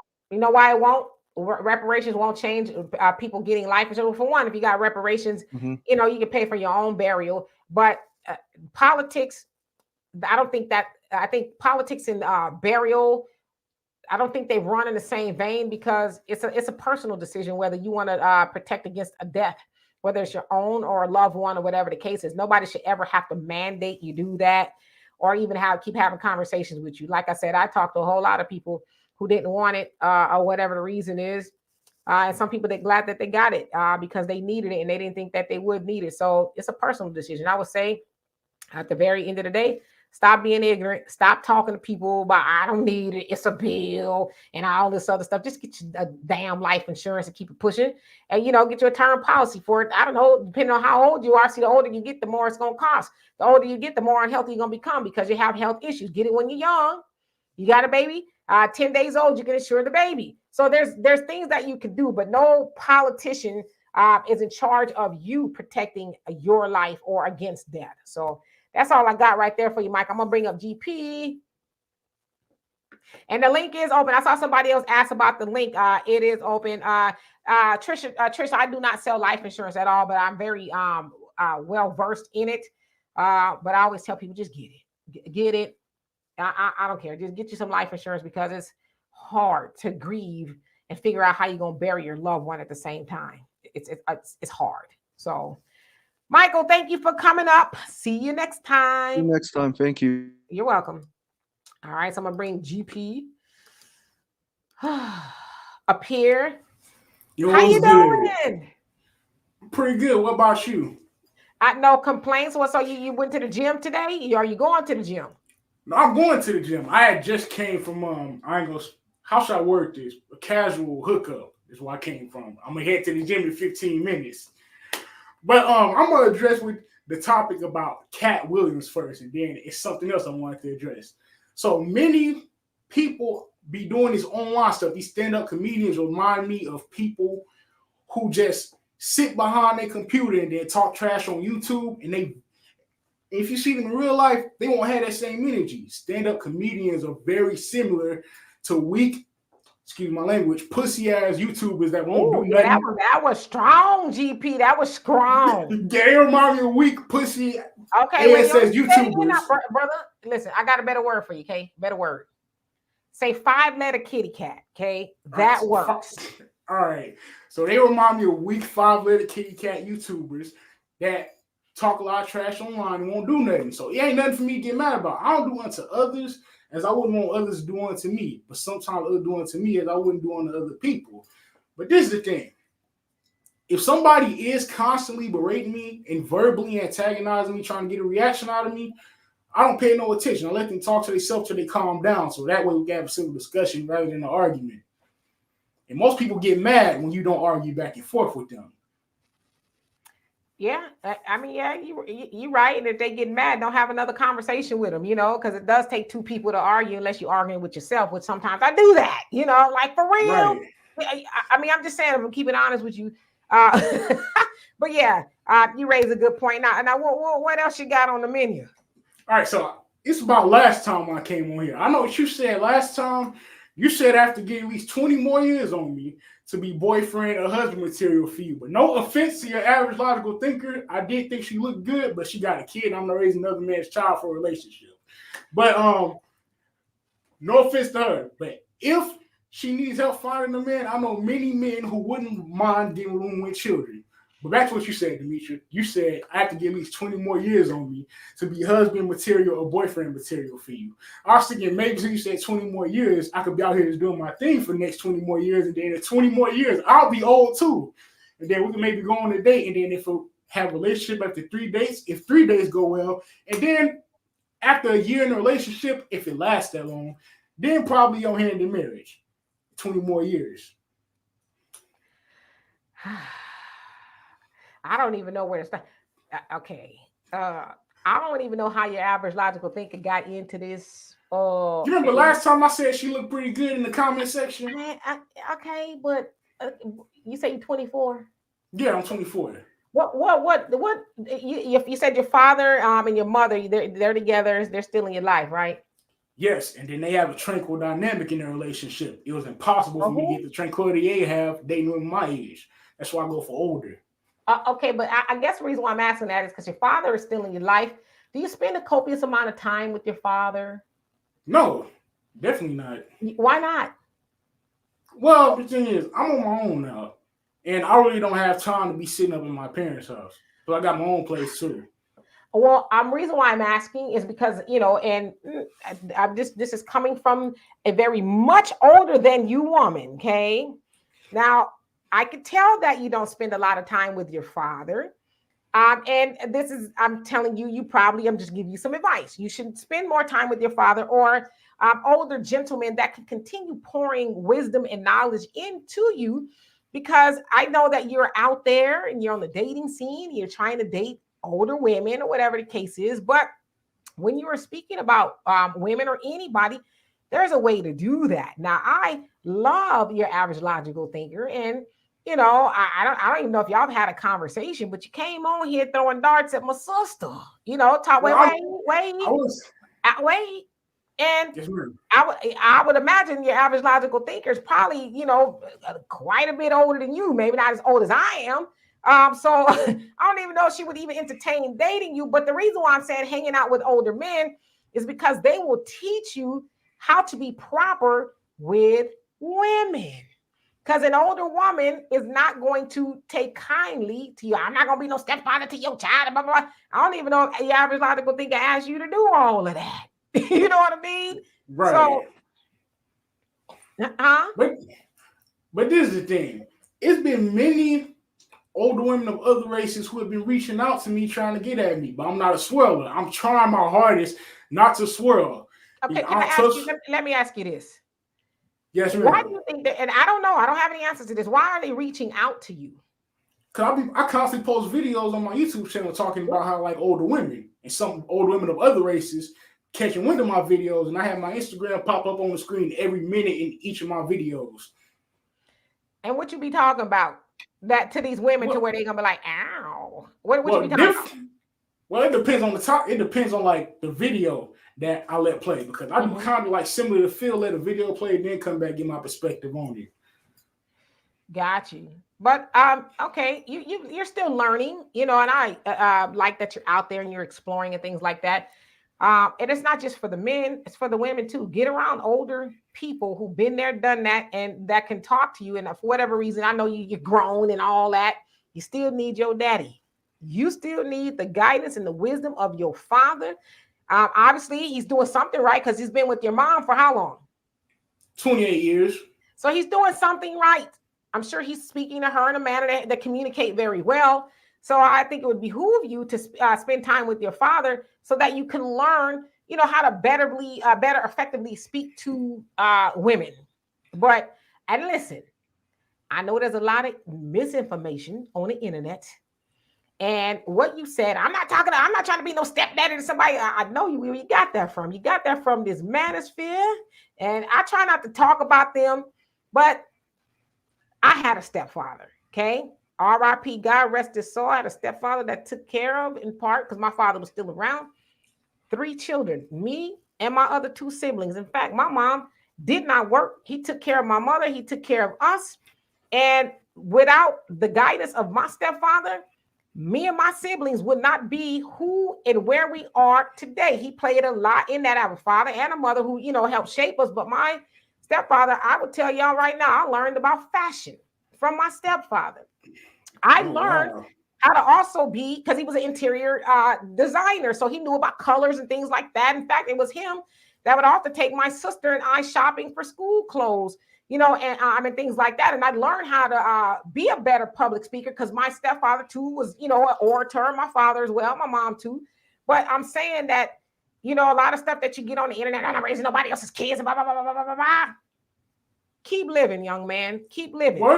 What is the thing? I didn't get that from the manosphere. I initially, I told you last time about how many people who come close to me vent to me about everything. Even people who have done that vented to me about the ins and outs of the situation. And then it just sounded like it worked, a horror story. Their life came crashing down afterwards. Everybody who vents to me about doing that. So I choose what. But go ahead.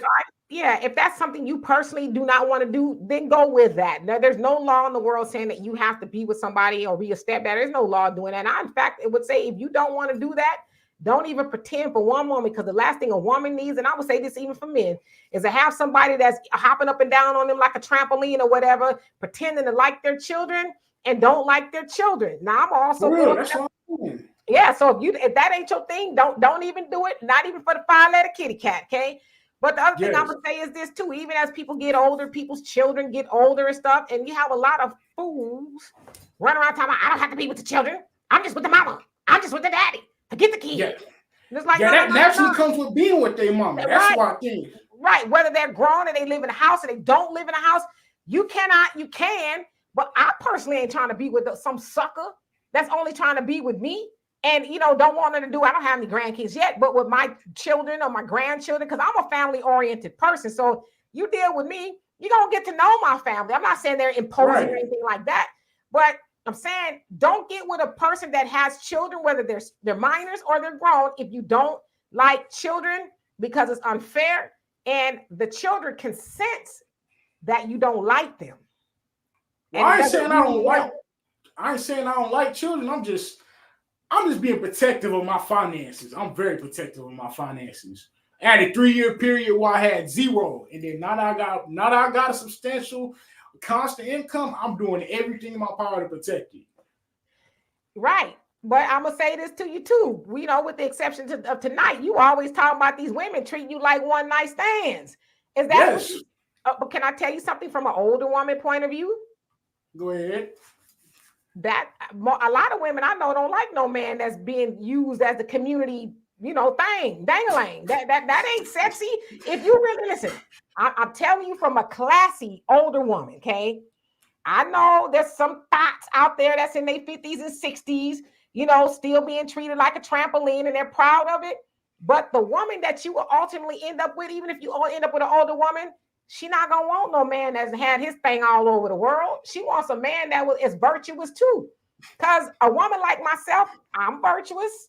I have not, I have not been treated like a trampoline all over the place, So if you want you a good woman, you got to be a good man. Now I know you're in your 20s now, and you're like what do you call them things that drill the cement?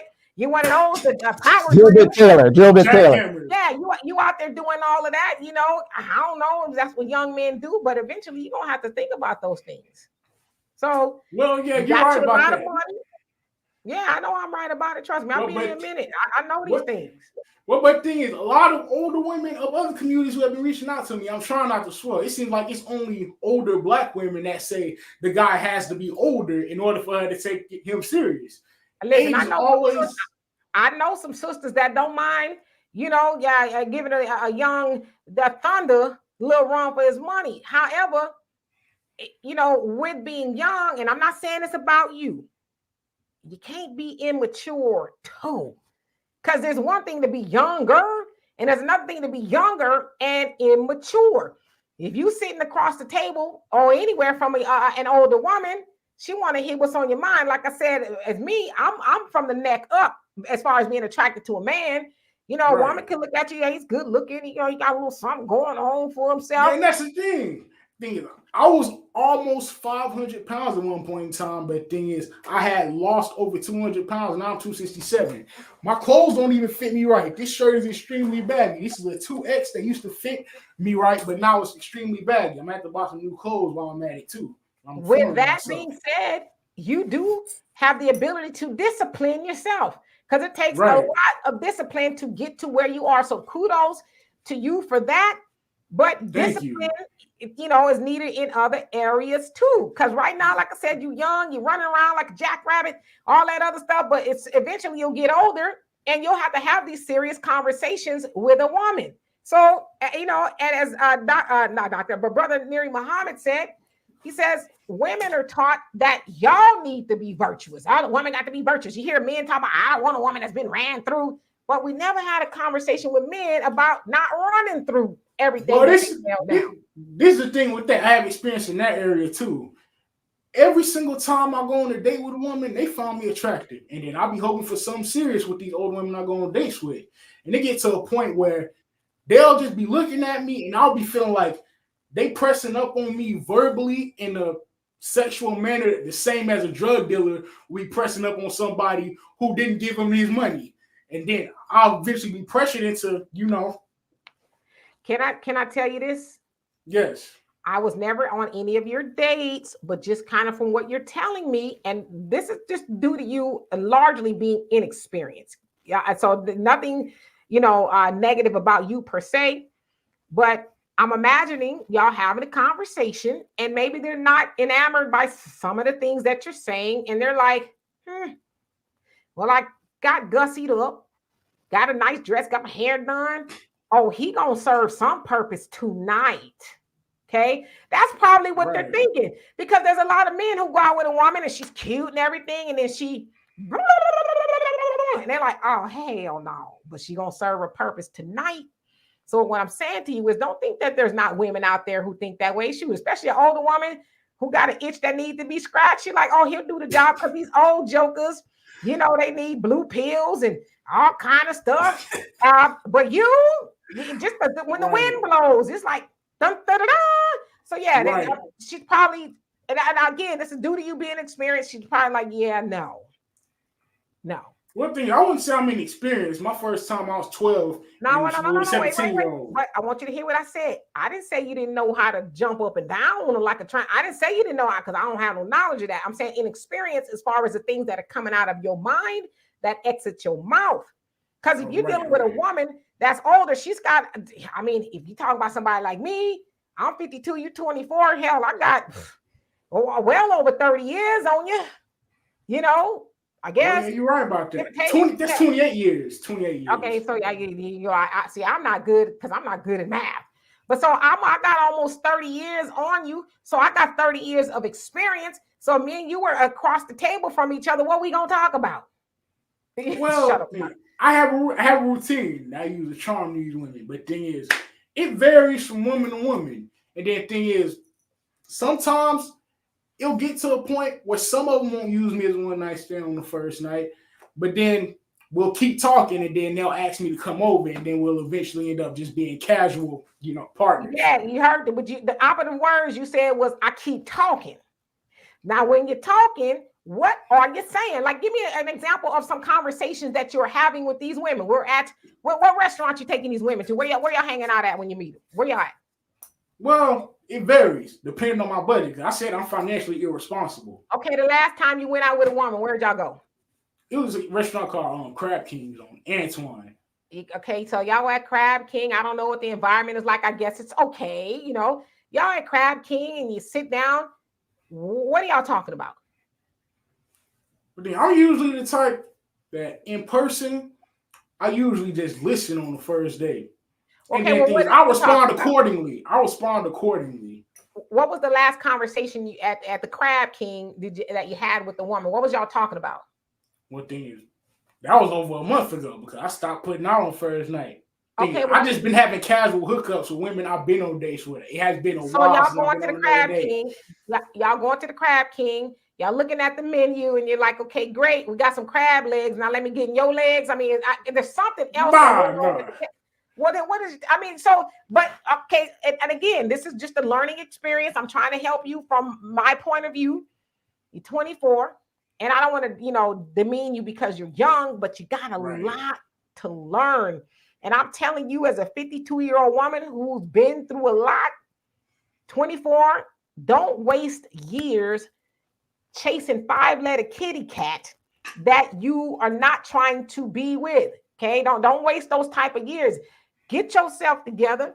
Go spend some more time with your father and other men who can teach you how to be an effective young man and potentially an older man in society. Learn those things, because I get it.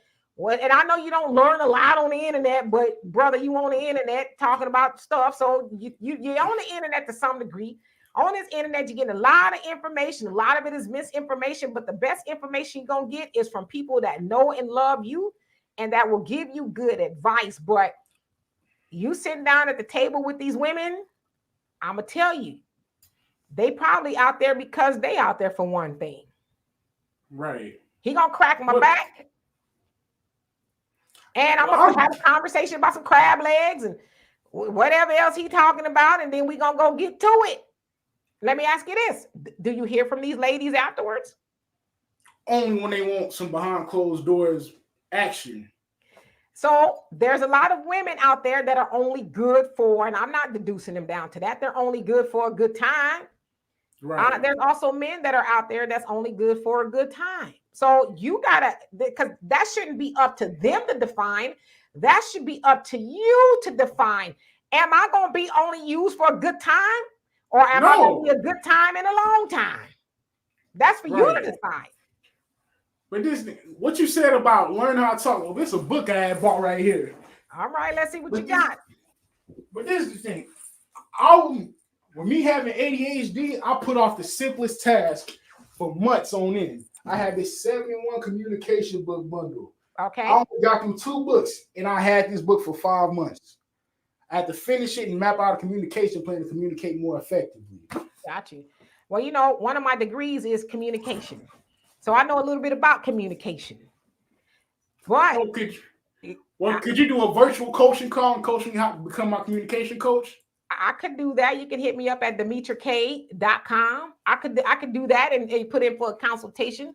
But I want to say this, as far as being an effective communicator, you also have to have something to say.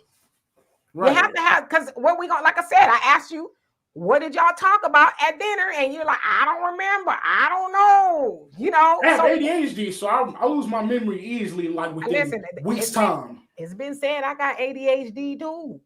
If that's really a thing, because it's debatable, right? I sometimes have the attention span of a fly as well, but there's a lot of geniuses that have ADHD. Yeah, you're right about that. So, usually, right. Sorry, I cut you off. No.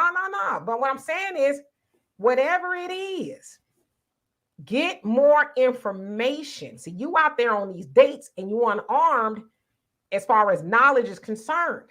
Get some more information before you get out there. Because, like you said, you're getting treated as a one-night stand. And I don't think that Donovan's cool with that, because he's lucky if, he get a 20-day stand. He get a 20-day stand, he happy. I was diagnosed. Wait, go ahead. Sorry. No, go ahead. But I was diagnosed with ADHD at 7 years old, and I was on Mondox medicine for it till I was 22. Like I said, I'm not 24, but now I found a way, like, to lower my ADHD, because I wouldn't be able to sit still if I didn't do this. I go to the gym and I do 500 reps a set, 8,000 to 10,000 reps per exercise, and I'm able to sit still like I am now. If I didn't get my workout in, I would be just fidgeting all over the place. So it takes discipline. You got to work on that. And Well, go ahead. No, you got to work on that. You got to work on that. And the fact that those are issues, kudos to you, because there's a lot of grown people running around here undiagnosed, not knowing what the issue is. But I'm telling you, I can't tell you what to do.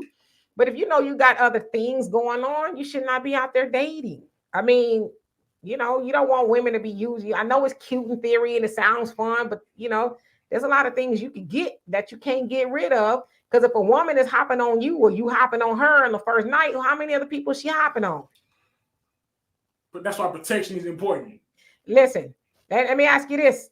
Is birth control 99%? I mean, 100%? No, definitely not. So you out there crap shooting. Well, but I think a lot of men don't know this and they don't think about this. Usually, if I do a casual hookup, I take the condom with me afterwards, so I could probably dispose of it in a dumpster nearby. But all right, so she won't get pregnant. Well, I tell you, yeah, I guess. I don't know if I want to be riding around with something used like that on my person. My thing is, and again, I can't tell you what to do, but if you are unsure that you want a child, first of all, brother, you concern, and this is not just to you, to anybody, you out there having protected or unprotected, relations with a woman, and you afraid she may take your specimens and do something with them if you leave them, you probably shouldn't be in the bed with her. Because on the worst case scenario, that thing, pops.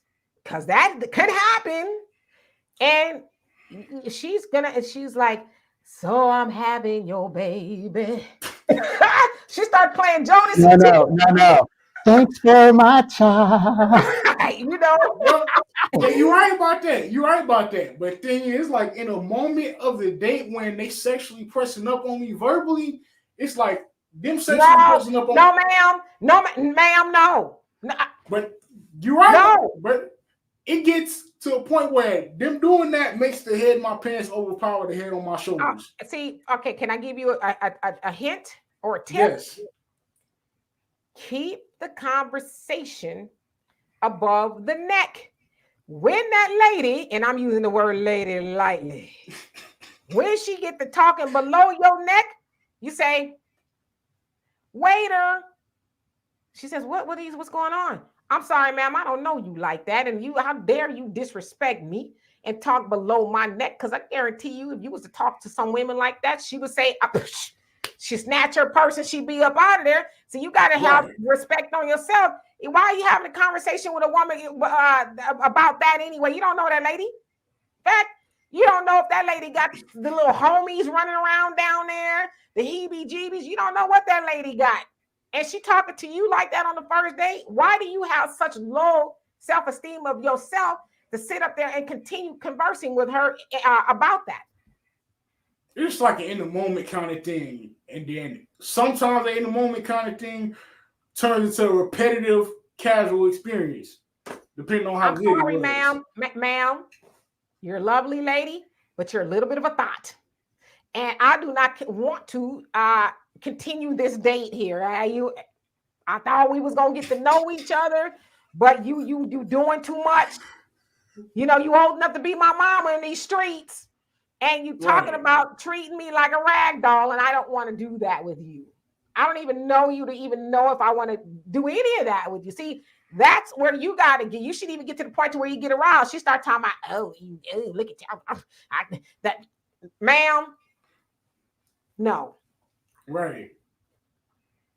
But I have to become more, sexually disciplined. Because I don't have sexual discipline. But you learning to be a communicator, right? We all should learn to be great communicators.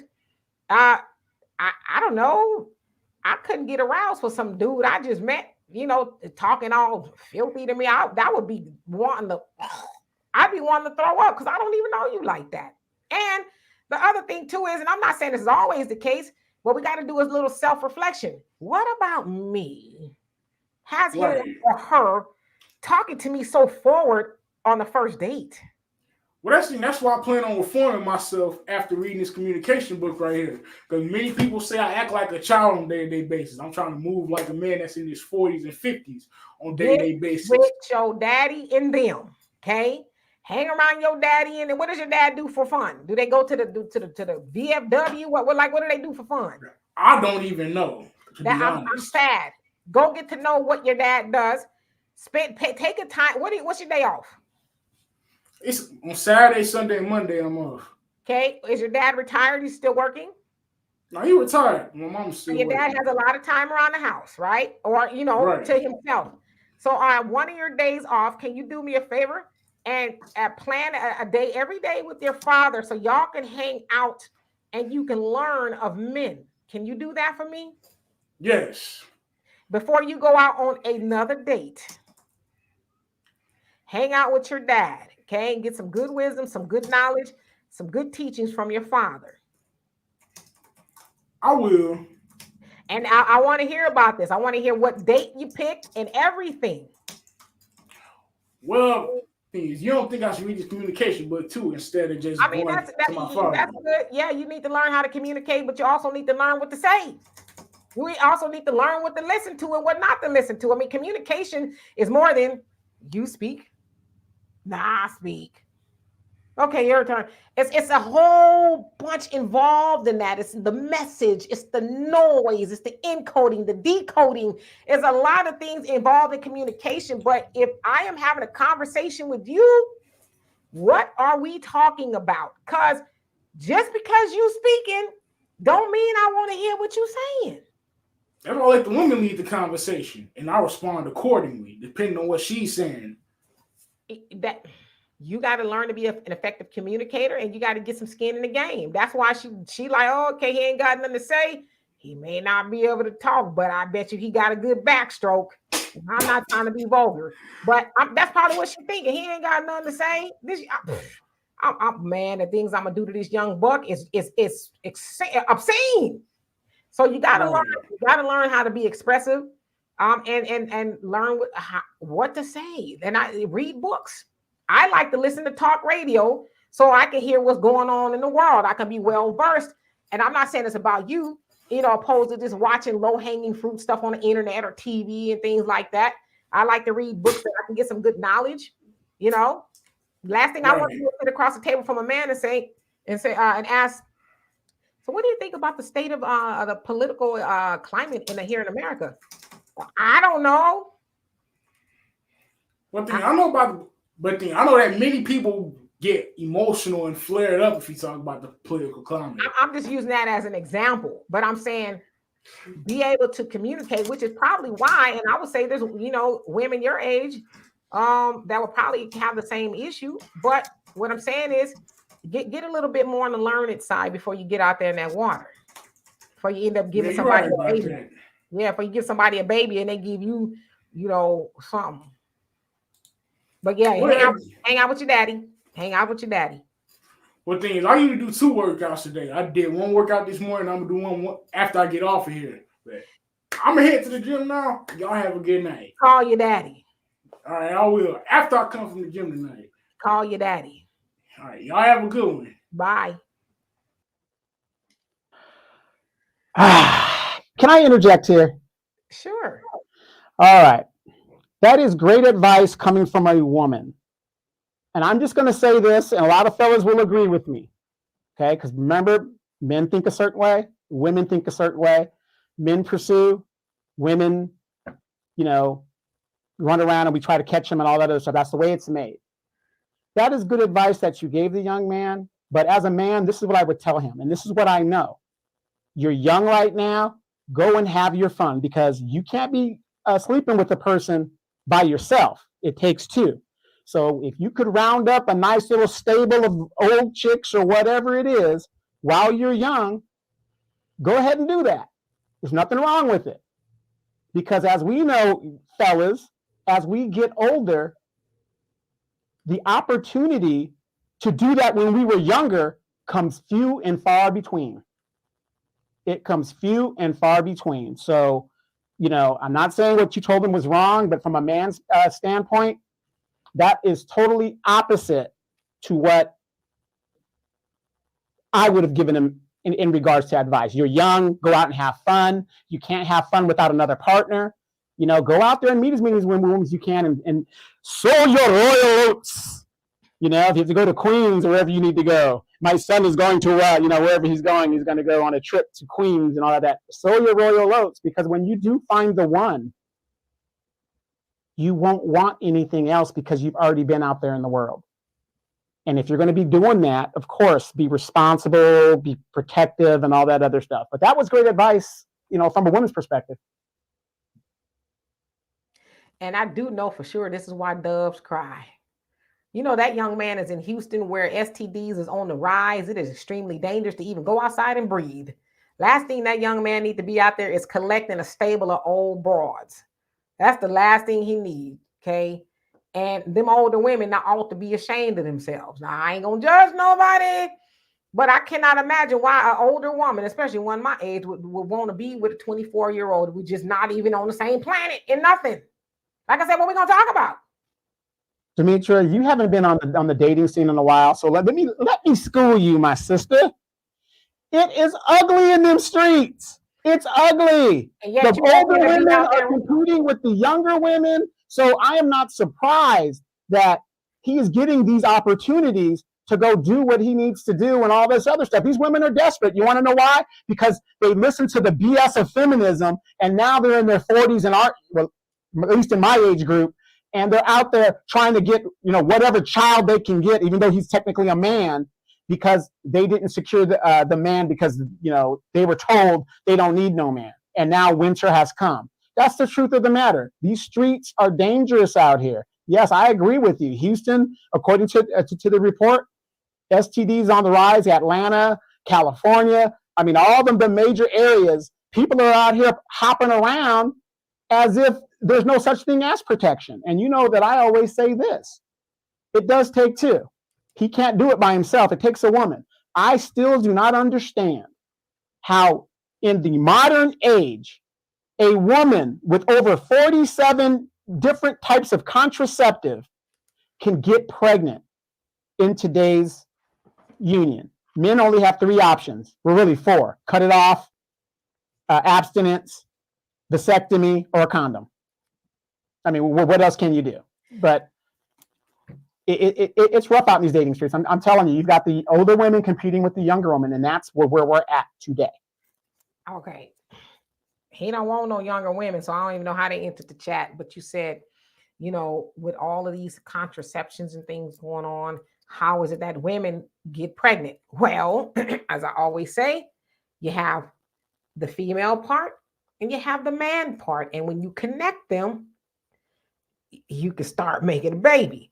It's really that simple, okay? There's no 100% way to avoid a baby other than to avoid sticking your, plug into the socket per se. And that you say it is dangerous in them streets. So the last thing we need to do is tell that young man to get out there in them streets. Because a lot of times we think because a woman is older, like Dusty Hotep, how you doing? Says she got some dust up in there. It's been a long time. Or whatever, but then there's a lot of older women out there who it ain't been a long time, right? It ain't even been a couple of days, and they, got a stable of old faithfuls as well. But more than anything, even just beyond the physical, you're connecting your energy, and as they say, your soul ties and all that with random people, and as especially women, it's been said, we are the receiver. And y'all can do what y'all want with that, but we receive all of that. So if he's out there with the older women who are allowing, young bucks such as himself to do that to him, they're probably out there letting a lot of men do that to them. And I guess, when women get a certain age, they get a little bit more on the friskier side. And so with that, they may not be very discriminatory as to who they do that with. So I don't know. I just say for you men, y'all should also have some self-value as well, some self-worth. Like you got to be, I would be appalled, right? And I would expect any man that I know to be appalled that some woman they just met. Unless that's y'all thing, right? Y'all on these websites or dating sites and y'all talking like that and that's the purpose. Okay, whatever. But if I'm going on a date with you and you start talking about what's under my clothes, sucker, I'm getting up. I'm getting up and I'm going to tell you why I'm getting up. I don't talk like that with people I don't know. I'm not giving you the indication because I'm probably going to be dressed from the neck down any doggone way, but I'm never giving you the indication that I even want to have that conversation with you. See, the other thing is I believe too, as the people who are the wise ones in the community, we can't just get up and leave unless it's really egregious. We have to say what it is because it's a teaching moment for them as well, so that maybe they don't make that mistake again. Next time they go out on a date, maybe no one has ever told them, hey, that's kind of gross. How you get off talking to somebody like that and they don't even know you like that, And I don't even know if I like you. You sure would not be rolling around in no bed with me tonight and probably not no other nights no time soon, So we just got to be very clear when it comes to that stuff. Listen, this is why I'm out here dating, and GP, I don't know if he's telling these women what his end goal is. But if you're looking for a husband or a wife, say that before you get to the date. Well, I'm back dating again and I'm looking to be married. That's my end game, right? Or I'm just out here in these streets being treated like a trampoline. Either way, let the other person know so that your time is not wasted. You don't have to go on with these guessing games because that's how you end up with one person who wants to be married, somebody who don't want to be married, but y'all never even had that conversation. So 19 years later, it's like, are we ever going to get married? Did I ever tell you I want to get married to you? Well, no, you didn't. Well, you should have asked. So, the dating game is not what it used to be. I used to say all the time, man, back in the day, we used to go outside and be in a relationship, and be in a relationship for a minute. Nowadays, it's like, ugh. And I don't know how y'all do these dating apps. I really don't. I don't know how y'all do it. I mean, I've never been on the dating apps. Not something I necessarily want to do because I know there's a lot of people on there playing games. It used to say on paper, you can look good and be everything you want to be. On the internet, you could be that too. You can be very fabulous on the internet. And then you get, to the restaurant, it's like, ladies, stop using these damn filters. Stop the man too, brother. The man too. Stop it. You're putting up profile pictures from when you was in high school since 1989. Hey, I can't help. I look the same as I did back in high school. That's not my fault. Brother, they don't even wear Gumby hairstyles no more. So I know damn well that ain't no new picture. You show up, you be bald as a cue ball on a pool table. All I got to do is put that little coif of dough hair right here. I'm right back in the game. You gonna sweat that off, Joker, because y'all men have little menopause too. You gonna sweat all that off. The Beijing for men is gonna be all over your place, like all the place, like Rudy Giuliani. Hey, how many of you guys saw that clip of LeBron and he's doing the interview and his hair is like flocking out and stuff, that little stuff, whatever he shakes on top of his head? Oh, I was just like, oh my God. But guess what? The guy's a almost damn near a billionaire. So you know what? Women don't care. And that's what I tell, and that's what I tell young guys. When you get a certain age, all women really care about is, can you pay the bills? They don't look at your looks. They ain't gonna give you no loving because your hair looks good and all that other stuff.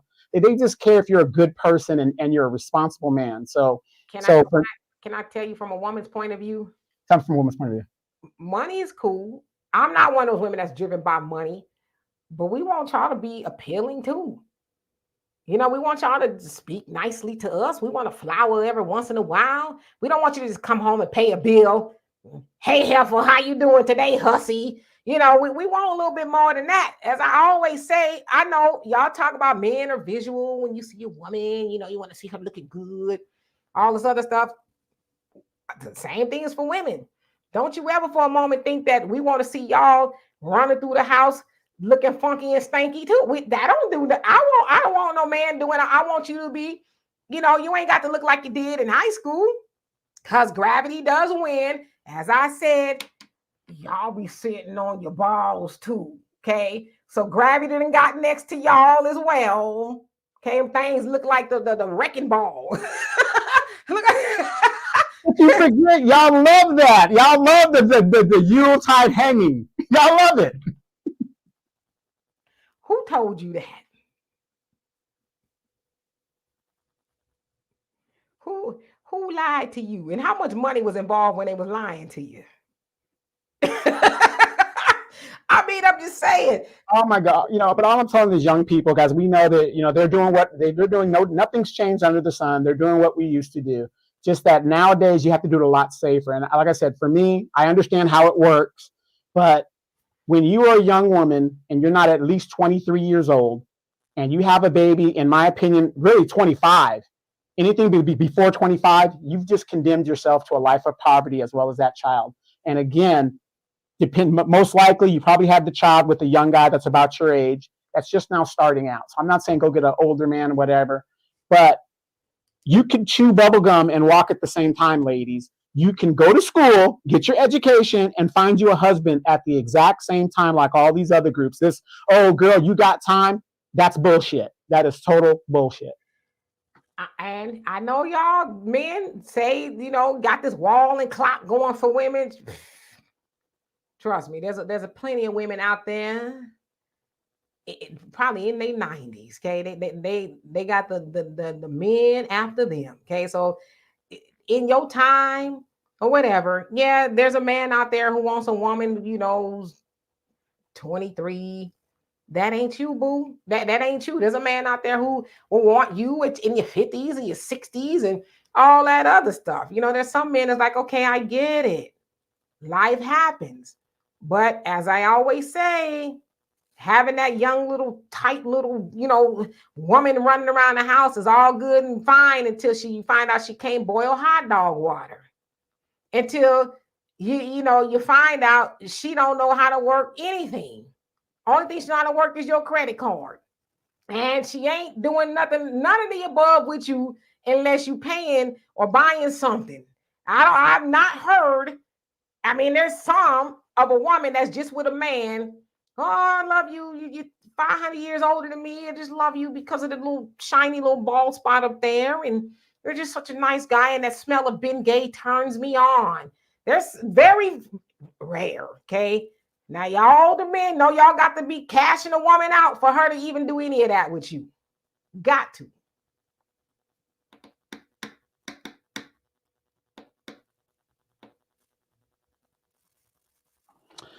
Well, little school marm, like I said, the young man is persistent. And I'm going to tell young guys this too, because when I was younger, I dated older women, not that old. They were like 5 years older than me. Whatever it is, a little experience there. Taught me a lot. But I'm going to say this, persistence does pay off. So I'm not going to tell you it's unrealistic. If you see something that you want, unfortunately, you're going to have to work hard to get it. And that's the real world. You're going to have to work hard to get it. So Demetra's here playing the game, and she's going to, she's definitely going to, stick to her guns. You just got to wear her down. That's all. And I believe that in all women.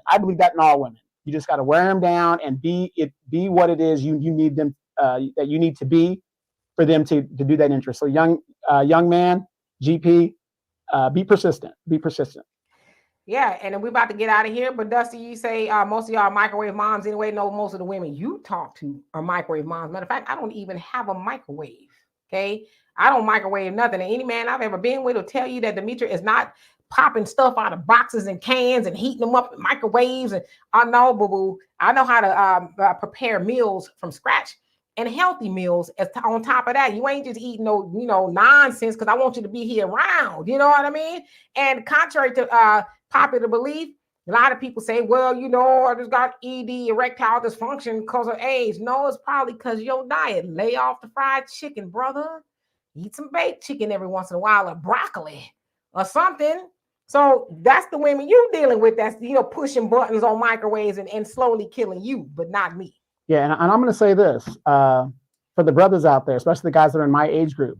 You got brothers that are dropping out left and right. I mean, I've lost like 3 friends in the last 8 months, just dropping out. And it's basically based on their diet. They're not working out anymore because we know those of us that are in the military, you're so used to working out that they say it's a big thing that once we get out of the military or we retire, you don't do that because nobody's making you do it.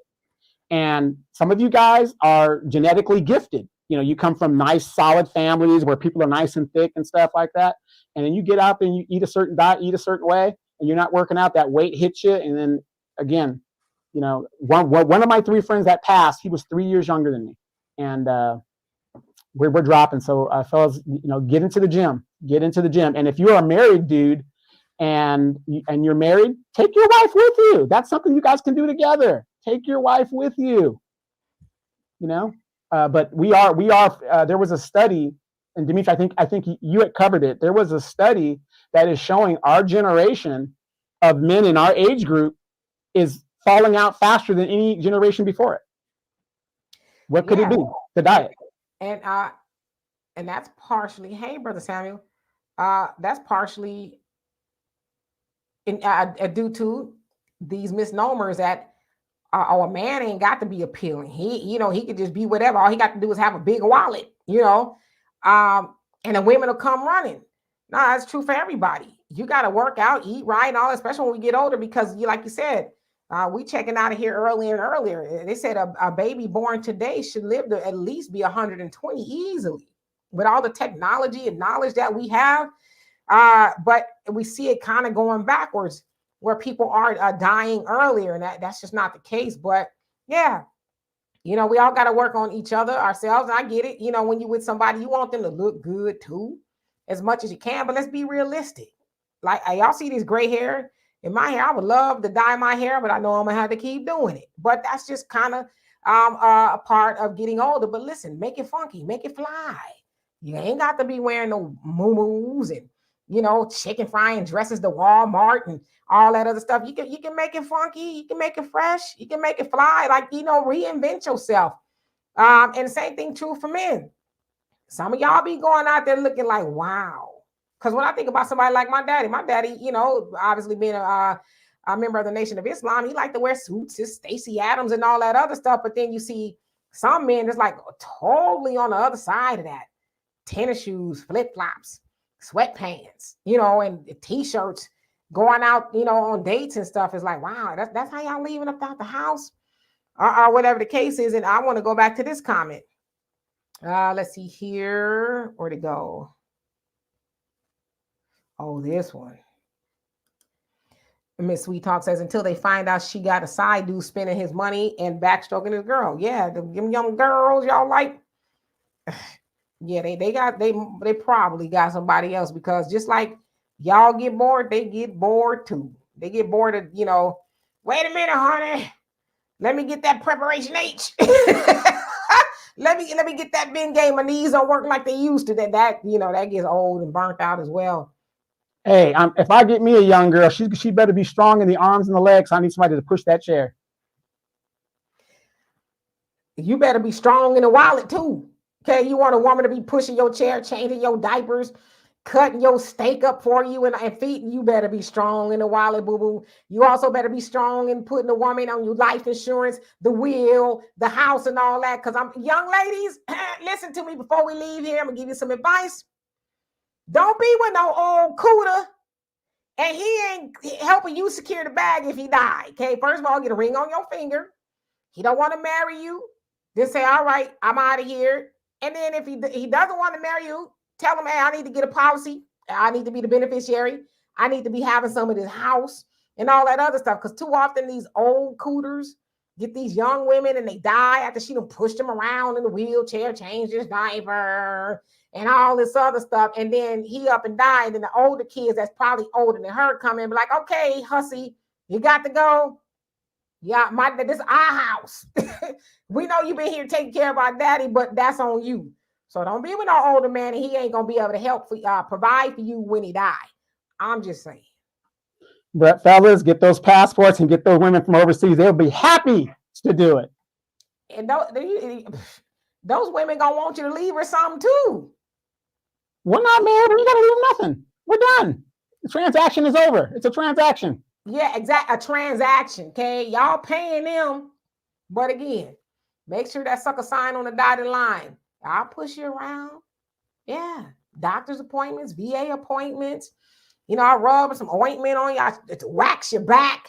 And all of that other stuff. Okay, I do all that, but I need to make sure that I'm on these policies.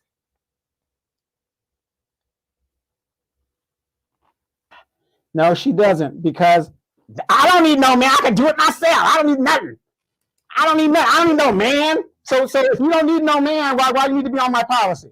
See, this is where we are at today in the world because of feminism. This is what it's brought us. Y'all are going to be equal. Get your own policy. Cover yourself. Yeah, but you say the women they want to be equal. Well, then push your own self around. Get you an electric wheelchair. Yeah, I'll get me an electric one, then that's fine. Yeah, get all of that. You pay for it that way, but yeah, you got to get something out of it. Got to. So anyway, we gonna get out of here. Love and appreciate every last one of y'all. Know Donovan is. But what's the score, Donovan? What's the score? Well, the game is over. The Dallas Cowboys have won. I believe it was 38-10. They are now the number 2 seed in the NFC playoff race. And for all you Eagle fans out there, they have taken the NFC East title. America, I salute America's team. Keep hope alive. It's working. It's working. Y'all might go to the ship and you might not. But I guess that remains to be seen. Facts not feelings, knock it off. 80% of women cheat. Where is this data? Donovan, have you ever been cheated on? Constantly. You a lie. Constantly. You lying. Constantly. And it isn't just cheating with another person. It's cheating with my wallet, doing transactions I didn't ask you to do. Just constantly being cheated on. You sound like you need to be sucker free. It don't sound like you're being cheated on. Come to my school. I'll tighten you up a little bit. I give you the jewels that you need.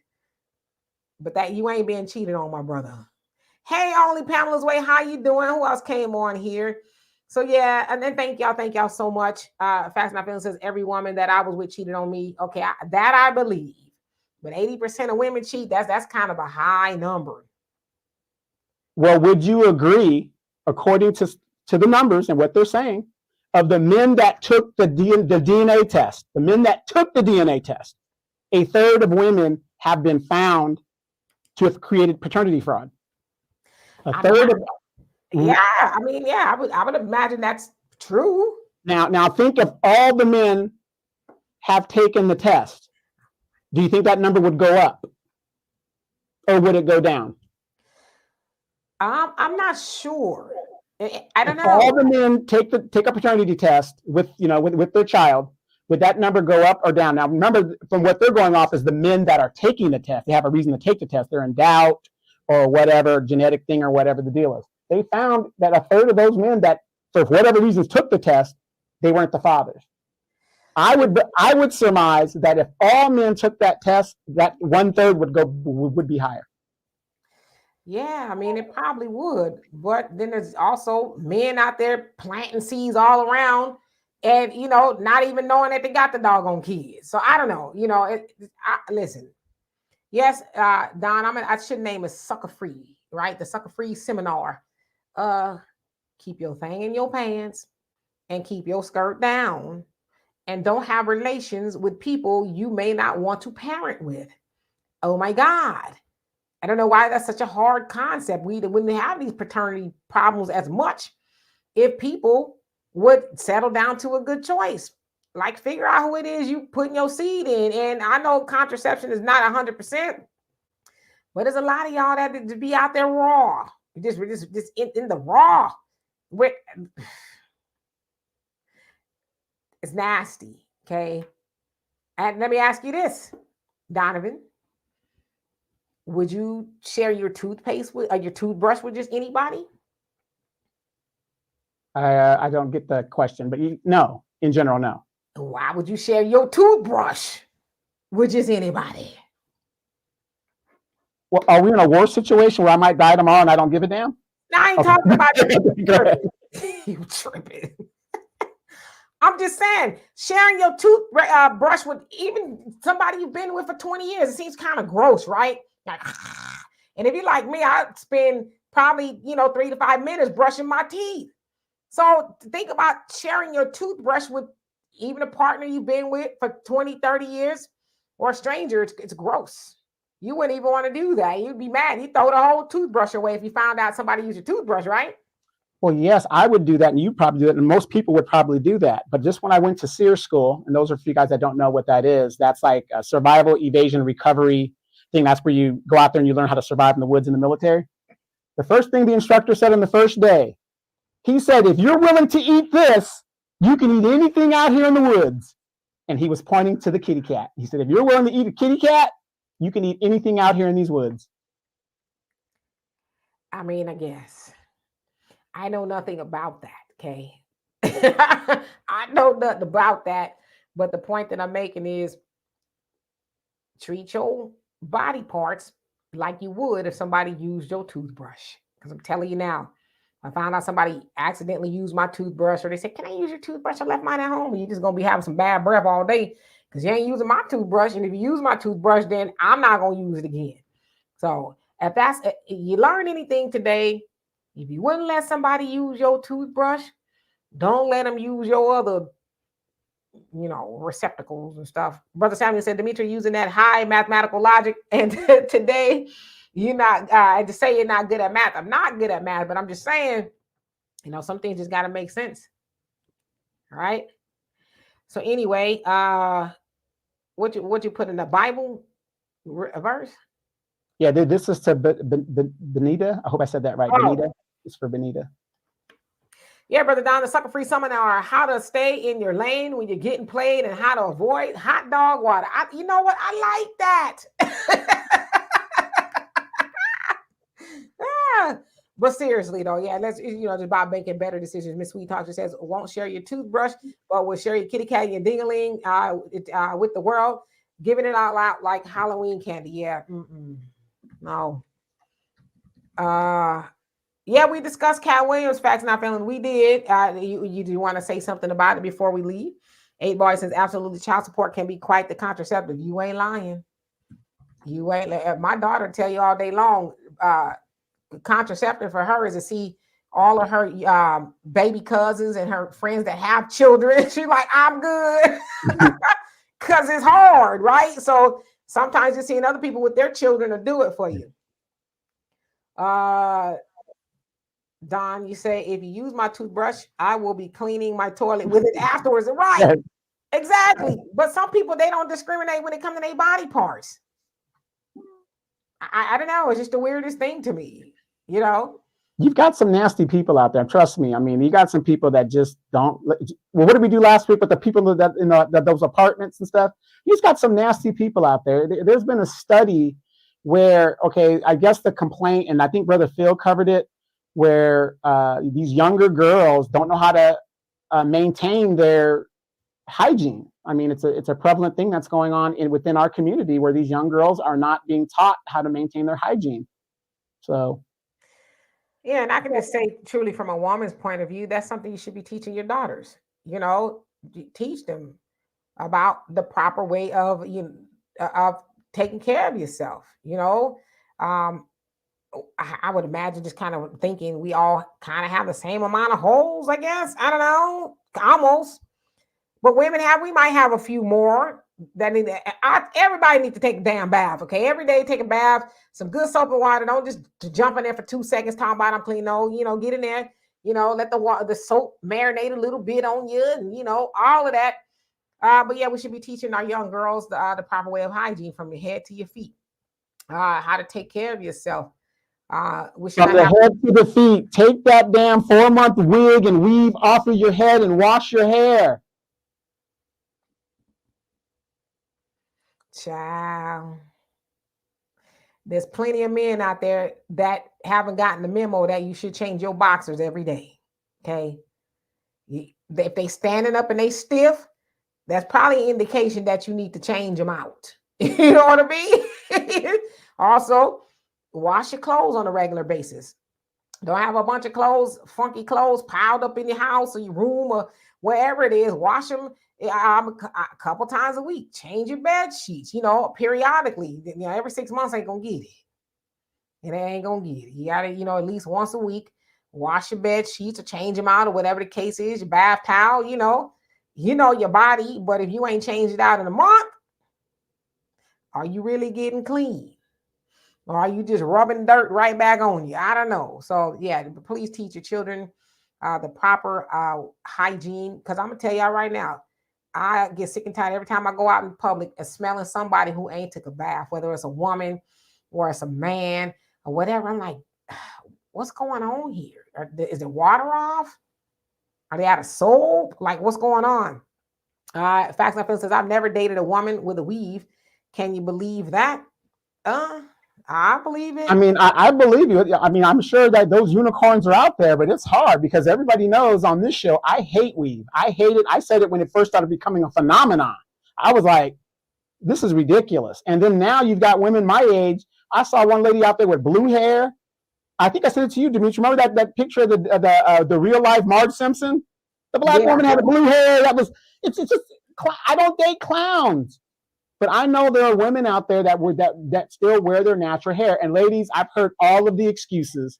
Oh, it's easier to maintain. Oh, it's growing so healthy. If it's growing so damn healthy underneath that weave, when can we ever see your healthy hair? My question. Well, I mean, and I tell you all the time, I got natural hair. It's not always easy to maintain because for one, your hair, if it's natural, it breaks off easier than it does if it's in a perm or whatever. So some people do wear weaves to protect their hair or braids. I can't really do braids because it'll pull my edges out. I like my edges, so I don't really put the damn baseball hat on it rather than somebody else's helmet.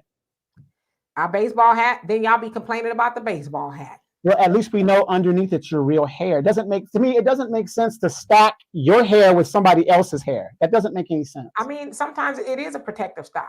It's a protective style. No, I get it. Yeah. I understand that, but again, a lot of men, and we keep telling a lot of women, we don't like it. We don't like it. Can I ask you this? Mm-hmm. You want your woman natural? Will you pay for her to go have her hair done every week naturally? Yes, absolutely. If that's what I want, yes, absolutely. And you know me, Demetri, if I say a certain thing and I want a certain thing, that's what I want, period. Y'all hear that? So when I auction Donovan back off, just know that he says he will pay every week to get your hair done. Especially if it's natural. And you got to show me you're getting the hair done because I've seen those videos where the woman was just capping and then she's taking the money and doing something else with it. She come home and you see her hair done, you're going to know it's done. But I'm telling you, it's not all because women just hate their hair. Then get you a style that you can maintain, that you can do it. Like I said, I would rather have Cut it off. Yeah, I would rather have you bald, and at least I know that's what I'm getting versus this clown that I'm walking around with. Okay, y'all heard that? Ladies, they said shave it bald if you have to. Shave it bald. Y'all can look like two light bulbs sitting up on the couch watching TV. The black Yul Brynner and the female Yul Brynner wife. That's damn right. But let me tell y'all something. Donovan lying. It all sounds good. I've not seen Donovan with a bald woman. I've not. Oh, and that's true. You've never seen me with a bald woman. However, I make it abundantly. Wait. By the way, how long did I stay with those women? Exactly. I'll tolerate it for a second. I keep telling you. And then eventually I say, gotta go. I'm done. But there's bald women out there. You ain't even gave her a shot. I know for a fact there's a few bald women or women who with low hair like you, and you're like, nah, she look like a man. Well, when you're built like a linebacker, yes, you're definitely, no, that's not my top. No, I'm not gonna do it. Could you give me the Anita Baker pixie cut? I'm good with that. But I'm good with that. The pixie cut. Cut takes a perm. That's not okay, well, whatever. Just what I'm saying is you can't be like this. Come on. You can win, child. You just can't win. We just can't win. We cannot win. I can't wait till they start mass producing those blow up dolls, those robots. dolls. The robots. I can't wait. Let's see here. Miss B, you say, I used to work at the plant and the chemicals and the dust is too much. I wear lace fronts and shampoo my hair and wig once a week. I have long hair. Yeah, there's reasons of why women will wear wigs or whatever to protect your hair. It's natural. I'm not saying it's impossible, but it's hard to maintain. Like I comb through my hair once a week, and that's when I wash it. I don't comb through my hair all the time because it can be brittle and it'll break off. Now I can rock a short haircut, but I personally right now don't want to be wearing a short haircut. So there's things. Well, same thing. Look, I'm a black man. I'm trying to hold on to the job. I'm just in between jobs. Is that acceptable to you guys? I can't hold the job because it's kind of hard. It's this. I know it's two different things. I'm about to say, let me come over there. And Monica says, Donovan, we need to remember that not every woman is wearing a wig to trick a man. Right. To trick a man. So sometimes she has alopecia cancer or her hair is, let's say, in a struggle, and she's trying to get it back under control. I agree with you, Monica. I've heard all the excuses. And again, why is it that we go to the most extreme circumstances to prove a point? If a woman has cancer, of course you're going to give her that pass. Of course that's acceptable. Alopecia, yeah, okay, whatever. Because you guys got to have your crown. We know that stuff. I mean, why is it that women think that these excuses of the extreme kind is acceptable when everybody knows that? Anybody that has any kind of compassion knows, okay, yeah, you're going to give that person a pass. We're talking about the women where there's nothing wrong with their hair. Come on, Monica. Come on. I mean, there's nothing wrong. Listen, I'm not ever going to try to convince a man of what he likes and what he wants, but it's not necessarily that something is wrong with her hair. Maybe she just wants to preserve her hair. I'm telling y'all, I had a cosmetology license when I was 19. So I know how hair works. Okay. And I know that natural hair, especially for us, can sometimes be brittle. There's a lot of things we have to do to it to maintain it. That there just is. And so y'all like all this glorious hair. Y'all like a hair combed out in an afro. It's cute to do, but I could not wear my hair poofed out in an afro every day because there'd be about 2 strands left, in a couple of months from, picking it out. And it's a lot that you have to go through. So I'm not making excuses for women not wearing their own hair, but in a natural state, unless you got that nice curly hair that, naturally you just wash it and go. Yeah, that's a different story. But if you got this, see, I got a lot of shrinkage on my hair. I am what they call a 4C. I'm a 4C natural, which means it's damn near like carpet. Okay. So that this kind of hair is harder to maintain. So do what you like at the end of the day. But for me, like I said, I will pay for whatever she needs to do. I mean, but I do not like, I'm one of the people that I stand on my square. And Demetra knows that. I stand on my square. I hate it I hate it because you cannot sit there and tell me you are pro-black and you got European hair on top of your head. It just doesn't make sense to me. I get it. I understand whatever, but some of these excuses is like, nah, sorry, I can't do it. Can't. It's just the same. It's the same thing as okay, as a man. If I took a toupee and I put it on my head, would you guys accept me, or you guys would look at me as a clown? Exactly, you would look at me as a clown. Let me ask you this. What if a woman says, well, I would love to date you, but you're bald? I need a man. I get that all the time. It ain't my fault she doesn't like Scatman Crothers. That ain't my fault. I think he's kind of, he was a good looking man. I get that all the time, Demetri. You see, that's what I'm saying. Most men, and I'm going to say this in a way I hope you guys understand. We live in reality. We're not delusional about ourselves. You got big Shirleys out here who think they're 10s. I'm an average man. I would say I'm probably a 6, maybe a 5.5, right? I'm average height. I'm average build. Hey, reality. But you got women out here, girl, you a 10 no matter what. No matter what anybody tells you, just total delusional. And that's the difference. Men live in reality. Women live in a different altered world. I don't know what it is. Alternate world. Big Shirley is in the eye of the beholder. Mitra, you have women out here that are big Shirleys. And don't get me wrong, it is what it is. But if I see a woman that is overweight and she's 5'5", let's say the average woman is 5'4", and she's 270 pounds, she automatically is a 5 to me. She's automatically a 5. Again, that's in the eye of the beholder. There's a That's man right. out there That's like right. she's a 20. Yes. She's yes. She's a 20 and I love her. Yeah, logical thing. We didn't know Steve Harvey, or I think there was speculation, but sounds like it's been thoroughly confirmed by that of Katt Williams that Steve Harvey was wearing a man unit. This fool called it a man unit. The way I fell out when he said that. He said he had us all thinking he had one of the nicest lineups in the industry. He run around here with a man unit. Yeah, but isn't Jamie Foxx, doesn't he have some kind of system or something on his head? I wouldn't be surprised. I mean, I've heard that he did some kind of, I don't know what it is. It's something, because you notice, and if you've seen him the last 3 or 4 years, he has the same hairstyle. I mean, he might, there's even if they're not rich, there's a lot of men running around with man units on. Y'all spray your hair because you got some bald spots or whatever. We see the paint, boo. We see the paint. Okay? If you don't see it, you're going to see it on the pillowcase. Right. Okay. But let that be a woman wig fall off on a damn pillowcase. Y'all going to have a fit. But the man leave your sheets and everything else black because he's spraying in the bald spots. You know what, Demetri? You just brought up an important point. Do you know why men we're just frustrated and we're so hostile?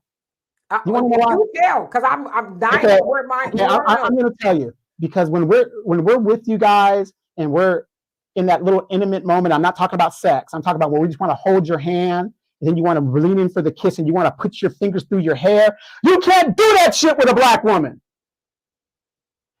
You damn right. You listen, as I said once before, don't let anybody just mess up your afro. God damn it, he got to be worth it. If I'm going to lay flat on my afro, you going to be worth it, brother. I'm not laying down flat in my afro for not just any old sucker. No! Hey, do you see what I'm talking about? Because us rubbing our fingers through your hair, it's soothing to us and it's stimulating to you guys. It's stimulating. If I want you to run your finger through my hair, you're going to be greasing my scalp or something, okay? But you would not be putting your handprints on my nobody wants to use Sulfur 8 anymore. Nobody wants to use that. That's some good stuff, though. It really do help. But nah, it ain't because we black women and we don't necessarily want y'all. You can run your hair through the wig all day, because that ain't gonna get messed up. But my afro, absolutely not, sucker. Absolutely not. And as I said, if I'm flattening my afro, I don't know what it got to be, but not flattening my afro for just any old body. Ain't gonna happen.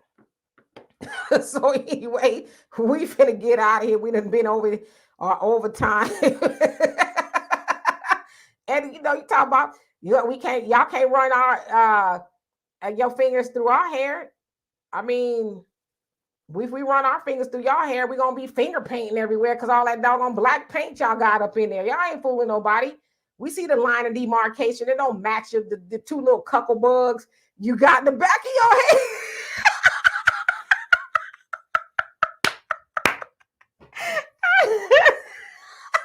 No, this is my hair color. This is really my hair. Mm-hmm. Remember that episode of Married with Children where the bald guys thought they were super sexy and women wanted them and desired them?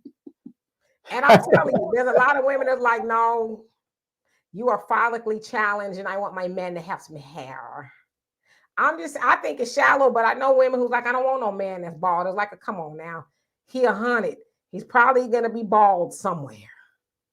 Because there's a lot of women that's getting bald. So, I don't know. Y'all do with that what you will. But anyway, we're about to be up out of here. A common man say you love the smell of a black woman's natural hair. Only if she washing it on a regular basis. Because some of that stuff, you hurt your nostrils. But yeah, natural hair, it does smell good. Anyway, we love and appreciate y'all. We're going to be back here on Tuesday with some more foolishness. I'm sure of it.